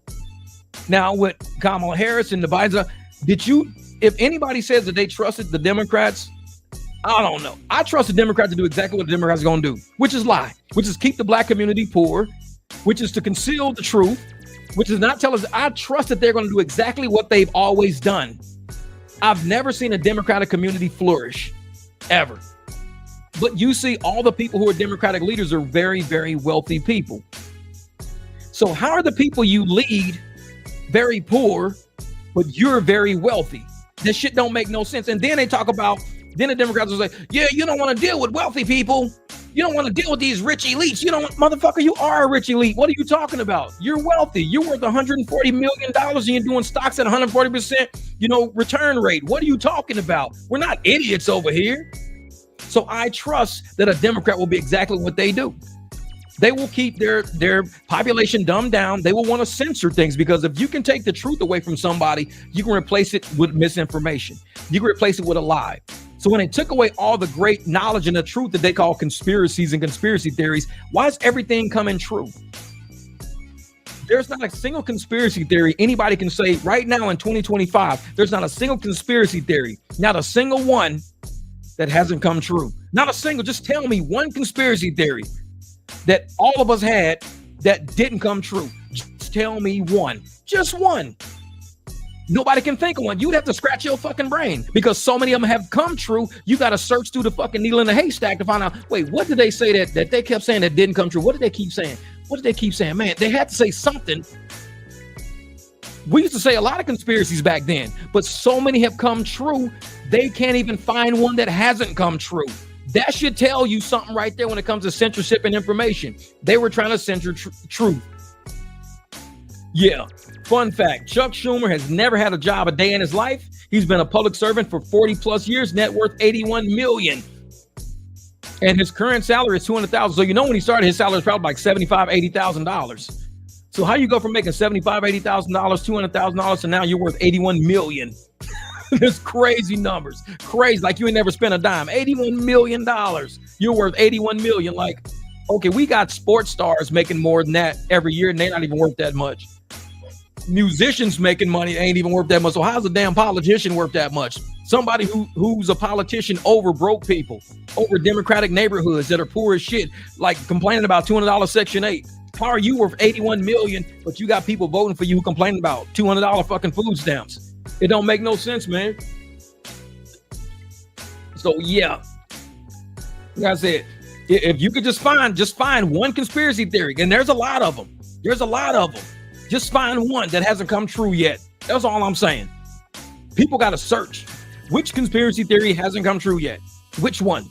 It's like, well, we used to say everything we said was a conspiracy. People used to say everything we said was a conspiracy, and we said a lot. So how is everything we've said go from being a conspiracy theory to you not being able to find one that hasn't come true yet? That's all I'm saying. Just find one. Just find one. And they sitting there like, shit, he right. I can't think of none, man. Remember when they used to say that if we take one shot, we got to take another one, and then another one, and then another one, and then another one. And we kept saying, no, you lying. There's only one shot and you're done. Because that's what Rachel Maddow told us. Rachel Maddow told us that all we had to do was take one, and it's a one and done deal. Didn't Biden tell us just take one and we're back to normal? Didn't he tell us that? Next thing you know, we're up to booster number 6. And all conspiracy theory kept saying, don't take one, because you're going to take one and it's going to get worse. You're going to need another one, and they're going to give you another one. And no, that's a conspiracy theory until it became true. And once it became true, instead of them saying admitting it was just true, what did they say? Well, the science changes. It's like, yeah, okay. The science never changed. We told you what was going to happen. The science never, just your brain adjusted to you realizing how stupid you felt now. That's the only thing that changed. Your brain adjusted. You like, damn, man, I feel fucking stupid. Just say the science changed and you'll seem smarter because you said the word science. No, you seem stupid because you didn't use the word common sense in there somewhere. I'm just saying, man. I'm just saying. Trump will go atomic to take our facilities, ignite regional war, and crush our economy with skyrocketing energy costs. And they said he was going to do that the first time in office. People forget that Trump he's been in office before. This is not his first time in office, y'all. Newsflash, motherfucker, newsflash. This ain't the first time he's been president. Everything you saying is the same shit they said the first time. He's going to hit the nuclear war button. He's going to start war. This is his second time in office, people. He's done this before. And everything y'all saying, y'all said it in 2008, 9, 10, whatever years he was in office. Y'all said it back then. Y'all been saying this shit ever since he declared he was going to run for office. This is what people were saying. We're in 2025. People are still wishing the shit they saying is going to come true. We ain't had a nuclear war yet. The only wars we had is when Democrats were in office. That's it. The only wars we had is when Democrats were in office. Does that not fucking make sense to you? The only wars we had is when Democrats were in office. I mean, 2 + 2 = 4. There's a party of war out there. There's a party investing into war equipment. There's a party investing into war corporations, into war manufacturing. There's a party invested into it, and it ain't the Republicans. You wonder how all these people are rich through the pandemic, how they all got rich through all these wars. They're investing into companies that deal with that kind of shit. Any company that builds war equipment, any contractors, any corporations that deal with that. These are the people who are generating the wealth. These people who only get wealthy when our economy is going to shit. When we're going through pandemics, when we're going through wars, all the Democrats are getting richer. When they say there's a party of war, you have to say 2 + 2 = 4. Look around and you go, oh shit. Look at all these people getting rich and everybody else is losing jobs, losing corporations, losing companies, losing lives, going downhill, losing wars, losing it. But all these people are getting richer. 2 + 2 = 4. Common sense, man. That's all I'm saying. Common sense. If somebody walks in a house, if you got a fucking pool in the backyard, 2 people walk in a house and 1 person is soaking wet. Guess who went into the pool? 2 + 2 = 4. I'm just saying. 2 people come walking through the back door. 1 person is soaking wet. The pool is still doing this. You got a dry person and you got a wet person. Somebody went to the swimming pool. 2 + 2 = 4. Common sense. That's all I'm saying, man. Common sense. And a lot of people, the person that's dry could have gotten the pool and dried off. And then when he dried off, he could have switched clothes with the person that was wet and dry. And the neighbors could have threw clothes over the fence. And they always trying to justify the dumbest shit out there instead of just looking at the situation going, dude, do you not see what's happening? Well, that might not be water. That might be sweat. He could just be standing there sweating profusely. He could have hugged him and got him wet, and he could have dried after he hugged him, but he's still wet. And they be dodging fucking common sense. They will make up anything under the sun to take up what we see right in our face, right in our front of our face, and they will make up completely different shit. I mean, CNN. Why MSNBC? Why are all their ratings tanking? Because those are the channels that will see 2 people walk in the door, 1 person's dry, 1 person's wet, and they'll say, well, you really don't know if the person who's wet jumped in the pool because the person that's dry, he probably has a health condition where his body temperature can dry his clothes. That's CNN and MSNBC. They just avoid the obvious. They will fill your head with so much bullshit. People just got tired of watching them. Because they got tired of the wet person walking through the door and CNN going, well, you can't prove they jumped in the pool just because they're wet. You know what I mean? So many things could have happened to make them wet other than somebody could have squirted the water hose over the fence. You never know. You're like, man, I'm done watching CNN. Fucking turn that shit off. It's like, people get tired of it after a while. But yeah, what are we, almost 2 hours and 45 minutes? Man, it looked like it's going to rain out there. Anybody out there driving in Arizona, let us know, man, if it's raining out there or not, because I'm not 100% sure. It's not raining over here. But one thing it is about to do is I'm about to go out here, get my ass in the shop. I baked some cookies yesterday. Go eat me some more cookies. I got to run to the grocery store anyway. I'm going to run to the grocery store, come back, rinse the truck down, get it nice and clean in case it doesn't rain, turn the apps on and see what clients I can pick up. What I'm thinking about doing this week, so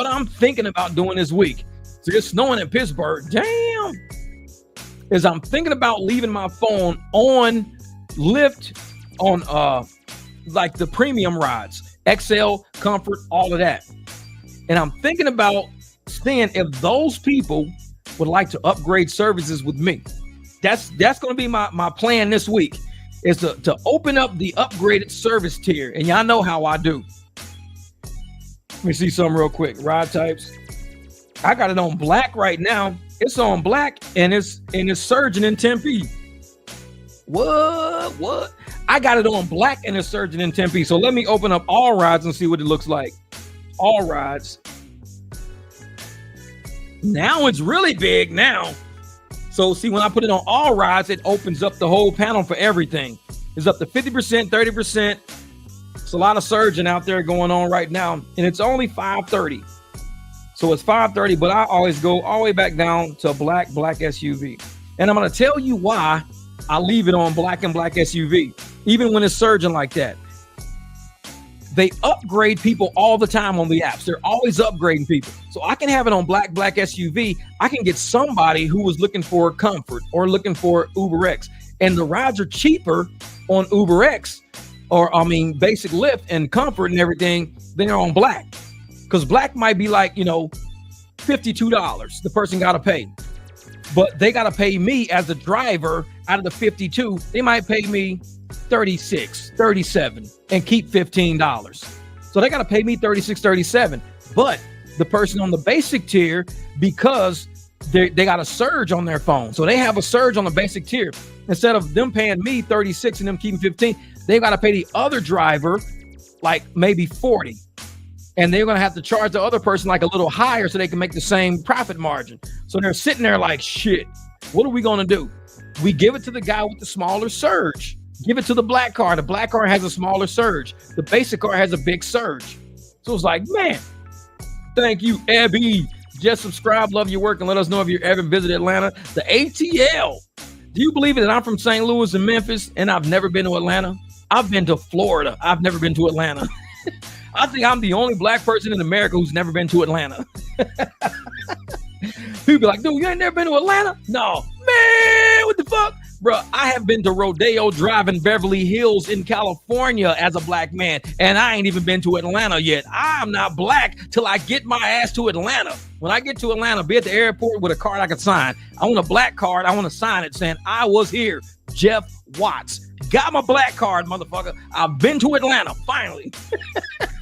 It's like, man, you ain't black till you been to Atlanta yet. Like, motherfucker, what? Yeah. This is Rodeo. Like, man, I've been to Rodeo Drive. They didn't even have no black cars on Rodeo Drive. You go to Rodeo Drive, you're not black yet. You got to go to Atlanta first. You got to get your black card in Atlanta. You pick it up at the concierge desk at the airport when you land. If you drive into Atlanta, you have to drive to the airport, go to concierge. It's a big black desk. It says black people on top. And you go there and you say, hey, I'm a black person. And you get the black card and you sign it saying, I was here, Jeff Watts. You are now officially a black person. You have been to Atlanta. Now, when you go back outside, your motherfucking rear window is shot, your luggage is gone, your catalytic converter is gone. Now you're initiated. You're like, damn, I really am in Atlanta, man. My catalytic converter's gone. I just went in to get my black card. Welcome to Atlanta. It's like, well, shit. So what about a guy like me? They might just steal your blinkers off your truck. We're gonna steal these LED blinkers, man. You're not, when you black, they steal your whole catalytic converter and they steal like your subwoofer out the back. For you, nah, they might steal your blinkers or something like that. They don't give you a black card. They can give you like a little beige card. You're beige. You're not black. You're like the color beige. Nobody even talk about beige no more. They say tan. Oh, it's tan. No, motherfucker, it's beige. Beige is a 1991 color. People say, hey, what color are you? Well, I'm black. I'm white. I'm beige. What? Motherfucker, we don't know how to spell beige no more. B-A-Y-S-C-H. Beige, motherfucker. No, it's B-E-I-G-E, beige. Jamil's beige. Like shit, motherfucker. Jamil's old school, motherfucker. Like that's what they gonna do, man. Jamil don't go to the tanning salon. That motherfucker go to the Beijing salon. I'm going to Beijing, motherfucker. You going to China? No, Beijing. That's where we go to get more beige. It's kind of like tanning, but it's Beijing. No, he said when I drove by Spanish Harlem, I shit my pants. Where's Spanish? Is that up in New York? Spanish Harlem? Is that Harlem, New York? Spanish Harlem. I've been to EWR. I've never been to New York, but I flew into EWR one time. I've been to New Jersey, which is typically South New York. That's all it is. It's just South New York. Yeah, man. No, yeah. When I gotta get down to Atlanta. Like I said, I want to go to Atlanta down there, and I'm gonna tell you the main reason why I want to go to Atlanta because I want to see this shit. Because a lot of people in Atlanta, like real shit, on Instagram and everything, we see it on Atlanta, but they say there are some of the most successful business level, like executive level black women in Atlanta. I want to see this shit with my own eyes. I want to see it with my own eyes. I want to go down there and see women walk around looking like attorneys all day. Briefcases, motherfucking sunglasses, goddamn suits and shit. Suit pants, like skirt suits and all that. They say Atlanta is full of that. It's like you're walking in a fucking Wakanda. Like the intellectual Wakanda for black women when you go down there. So I want to go see this shit for myself. I just want to sit on an outdoor cafe, sip my drink, and look at all these intelligent, highly just gorgeous black women walk around getting shit done. That's it. That's it. I don't even want to speak to nobody. Motherfucker walk up, she's like, sir, later on, you're going to need an attorney. Why? Because your ass is about to get arrested. Here's my card. Like, damn, welcome to Atlanta. It's like, oh, shit. Like, no. Maybe says, that's true. I know, and that's one thing I think about Atlanta. Like, you know, most people say, oh, I want to go to South Beach, man, see some girls in bikinis. I don't know, man. That's cool. That's cool. You can see that shit anytime. You see that shit on Baywatch, whatever. But to actually see, like, business level, like these just gorgeous sisters, flowing hair, glasses, makeup, talking business, doing shit, got the briefcases, walking around the hill zone, just being like, man, they really building this city, man. They really getting shit done down here. They really doing it. That to me is worth something. Because just think, man, we come from a long line of just travesties in this country. So when you see a city like that, it's almost like a modern day, like a modern day Black Wall Street, like Greenwood, Oklahoma, a modern day. But it's just like, you know, a elevated level of success. And it's like, man, they really down here getting it, man. They really doing this shit. This is what's up. This is cool. And I don't know. That's just me, man. Some people like to go to the hood. I want to go to the hood, man. See somebody do a drive-by, like weird shit. It's a business, people watching. Yeah, and I just want to go check out how that energy is. You know what I'm saying? That energy down there. And it's like, man, just making moves like that and just witnessing that shit firsthand, seeing how they getting shit done, contracts, seeing, you know, in court, handling. Because I used to go to family court sometimes because I had court back in the day, and I would listen to these attorneys all the time. And I would love listening to how the attorneys presented information, how they would present their cases. Just, man, it was just clean. And that's what made me want to be an attorney even more, just knowing that shit. Just, yep. Be professional, bring good service. They will be more than happy to book you outside of Uber. Oh yeah. And that's what it is, Abby. That's the level we at in life, you know what I'm saying? And a lot of people, once we get our game up and we get our levels up, and even like, you know, Cat Williams, I think in Alabama, he just bought a huge piece of property doing music production, movie production, and stuff like that. That's what the South needs, real shit.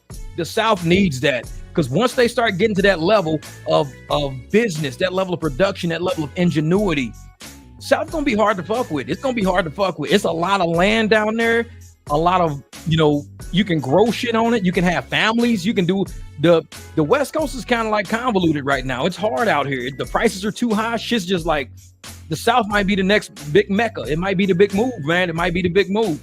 So people go down there and they really getting shit done. They really started movie companies. Like Tyler Perry went down there, started a whole movie production company. You know, T.I., all those guys down there, they're investing a lot of money into just, you know, business and going forward. Me being an accountant, that's what I've always been like. You know, I've always been around business people. I've always been around executives. I've always been around people, you know, building casinos, building lounges, building, you know, small companies and business from warehouses and shit. I've been around that my whole life. So to go to a city and to see a bunch of people that look like me doing that shit, making the moves like that, man, that shit'll be cool. That'll be cool. Because out here, real shit, I see Hispanics doing it out here. And these motherfuckers don't lose. They get contracts, they get business going. In our neighborhood, I don't know, because I live in a Hispanic neighborhood, but every time I see somebody getting yard work done, and I don't mean yard work like getting your grass cut. I mean, they dig up your entire yard. They lay pavers, sand, rocks. They put down fake grass. They give you all new trees. You're getting like $7,000, $8,000, $9,000 worth of work done in a matter of a couple of days. These guys are like this fucking fast. The properties here go from having like a dirt front yard to look like you just pulled up to a fucking casino. And it'd be like 3 Mexican dudes. That's it. Like 3 Mexican. I'm like, how the hell you 3 motherfuckers dig up this whole yard with like a backhoe tractor, and y'all went from this yard being like the worst yard on the street to looking like I just pulled up to a damn casino in a matter of like 2 days. These Mexican folks get it, man. They don't fucking half step. They don't half step. They can turn a whole neighborhood into like executive level shit. You give them a month. Bet my whole neighborhood won't even look like this in a month. They've done 3 houses already. They've already done 3 houses around the corner. So when you enter the neighborhood, it looks like you enter into a brand new neighborhood. Like, holy shit, lights on the ground, fake grass, rocks, pavers. They built walls, like concrete walls, gates, shit. And I'm like, so I live around a race of people that they get it going. They know how to do it. They get it going. So it would be cool, to go somewhere, like instead of me going back to the hood, seeing black people sitting on fucking power boxes, smoking fucking weed and Black and Miles and shit like that. I want to go somewhere and see black people really getting it. Like, man, we're going to buy this house right here. We're going to knock it down. We're going to turn that into like a store. We're going to do this. We're going to put this, make a community center right here. We're going to do that. That shit would be cool. That would be cool. And I'm like, man. The Porfino says undocumented individuals. Doubt it. Bro, everybody in my neighborhood, like I would say 99%. 99% of the Hispanics in my neighborhood have been here longer than me. And I mean, like in America, I live in like almost in the retirement area. Everybody here is like, oh, they've been here forever. They own their houses and shit. They got grandkids. They tell me stories about, going to school, growing up here. We got a lot of documented people living over here. These are not undocumented Hispanics in my neighborhood. These people, they fucking built South Phoenix. They make this shit pop over here, man. They make it pop. So remember that you are in the South and you need to have that sweet Southern hospitality and smile. Exactly. Oh, I grew up in Memphis. I know about Southern hospitality. I know how that works. I mean, where do you think I know how to make cookies at? I bake cookies in the Mid-South. That's why I grew up baking cookies down there. Because I'm like, you want to walk in the house? You want your house smelling like a bakery. Like some people, you walk in their house, you don't even know what it smells like. But I walk in and it smells like a bakery. Always got fresh cookies, always baked. Always got a apple cinnamon candle burning somewhere. If not, I got an incense burning somewhere. I got dogs barking at me all the time. I live in a Southern house. No. Just tell the landscapers how you feel about illegals. They might appreciate it. They might say, man, I'm glad you feel that way. Hey, hire us because we're legal. Don't hire no illegals. Keep the business here in America. Like, bet. Shit, they might like that shit. And that's the thing. Everybody in my neighborhood knows I'm a podcaster. It's not like I do this shit in fucking secret. Everybody over here knows what I do. They call, hey, man, I saw you on YouTube. Hey, I saw a TikTok you did the other day. Like, oh, that's what's up, man. It's not like I do shit in secret. I got the shit on the side of my Jeep. All my YouTube stuff has been on my stuff since I've been doing YouTube. So it's like, trust me. My neighbors, everybody knows me, whether they hiring illegals or they hiring documents, whatever. Everybody knows I exist. I'm not a secret motherfucker. Really, I'm not. I'm out loud every day. And I'm proud to be who I am. I never want to take back who I am. If somebody feels that, they would prefer illegal people here getting the money and sending the money back to their country while our community is more dilapidated and it's going downhill, then that's on them. I'm like, one day when you wish the money was here in America and that money is in another country some fucking where, because people are taking money out of our country, putting it into their communities, you're going to wish you kept that money here in America. You're going to wish you did.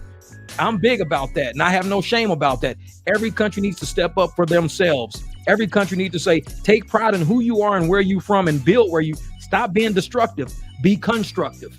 And if you can't be constructive, then that's your fucking problem. It ain't got nothing to do with me. You're just a destructive person. I'm a constructive person. So yeah, Jamil said, even my neighbors. I know, for real, man. I was outside chatting with Jamil's neighbors for hours. We was out there cracking up laughing, man. We was having a great time, laughing. Yep, Jamil got the new expedition. Oh yeah, we went over that already. We went over that. We talked about the new expo, the new expedition. Man, yeah, Philly gonna be hot. Philly, what's going on in Philly? What's going on in Philadelphia? Man, Prince Arabin royal family taking over 10% of Uber profits. I believe it, probably. But you know what's funny? So back in the 90s, I used to work for Sherwin-Williams Paints. So I was in Vegas working for Sherwin-Williams Paints. The Prince of Brunei was building a huge compound in Spanish Trails. Spanish Trails is like one of the exclusive areas in Vegas. So he had his main house, but it was like probably 4 or 5 other mansions around his main house was ridiculously sick. And then he had other mansions where his guests would live at. Now, when I went to his house, he had a pool. So we had to go through the basement door. We went through the basement door as we're coming up. There's these huge domes in the basement. Now, you got to understand, I'm young. I'm fresh out of Iowa, like 22, 23 years old, fresh out of Iowa. So I'm like, what are all these domes downstairs in the basement for? Like these huge domes down there. I'm from cornfields and shit. I don't know what the fuck I'm talking about. He's like, oh, these are all the filters for all the swimming pools over the whole property. That's all behind us. We went upstairs and out. This dude had swimming pools the size of like lakes in his fucking backyard. We were like, holy shit. I was like, this is crazy. I was like, man, the Prince of Brunei actually been to that guy's house in Vegas, the one in Spanish, still lives there now because that was back in the day. But I can honestly say I went to the house of the Prince of Brunei. They still were doing all the painting and everything like that to it and all of that shit. So the furniture wasn't in there yet, but that was his house. So I was like, hey, that's pretty cool shit. I didn't get an invite. I had to be there for work. But no. So yeah, y'all, we're up at the 3-hour mark. Once again, I appreciate you guys for rocking with me. All you guys in Facebook land, thank you. My live streams are going to kind of be a little bit shorter on YouTube sooner or later because I got to start doing lives on TikTok. So, but some of the TikTok lives, I'm going to try to grab some of those and bring them over here just to kind of show you what I talk about on that side of the equation. If you want to know what my TikTok is, same thing as this channel, at Mic Drop Barbecue. That's it. So you can go on TikTok, see what I talk about over there. It's not quite the same thing. We get a little more passionate over there. We get a little more deeper. We don't get dinged.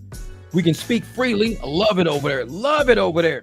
All right, brother. Good night, my man. I'm going to be out the house in a minute. Like I said, I still got to shower, grab me something to eat. And like, man, I'm charging $200 to go to the parade tomorrow. 200 bills. Get that money, y'all. So, and everybody out there, remember what we talked about tonight. I'm going to take the clip of the first 20 minutes of this video. I'm going to make it a video. The rest is just us, just hanging out, having fun. But the first 20 minutes, I wanted to go over the list. So, oh yeah, see you on the street. TikTok, brother, TikTok. So I'm going to start doing my live streams like that over here. The first 20 minutes are going to be actual things that I want to make a video of. And the rest, I can potentially make a video out of it. But we got some important stuff to cover. I have my little sheet of paper. So, man, y'all be easy out there. And thank y'all once again for checking out the Mic Drop Barbecue right here on YouTube. And if you're on Facebook, you're on Facebook. Get your ass over to YouTube so you can get involved in the conversation. This is how we always do. Once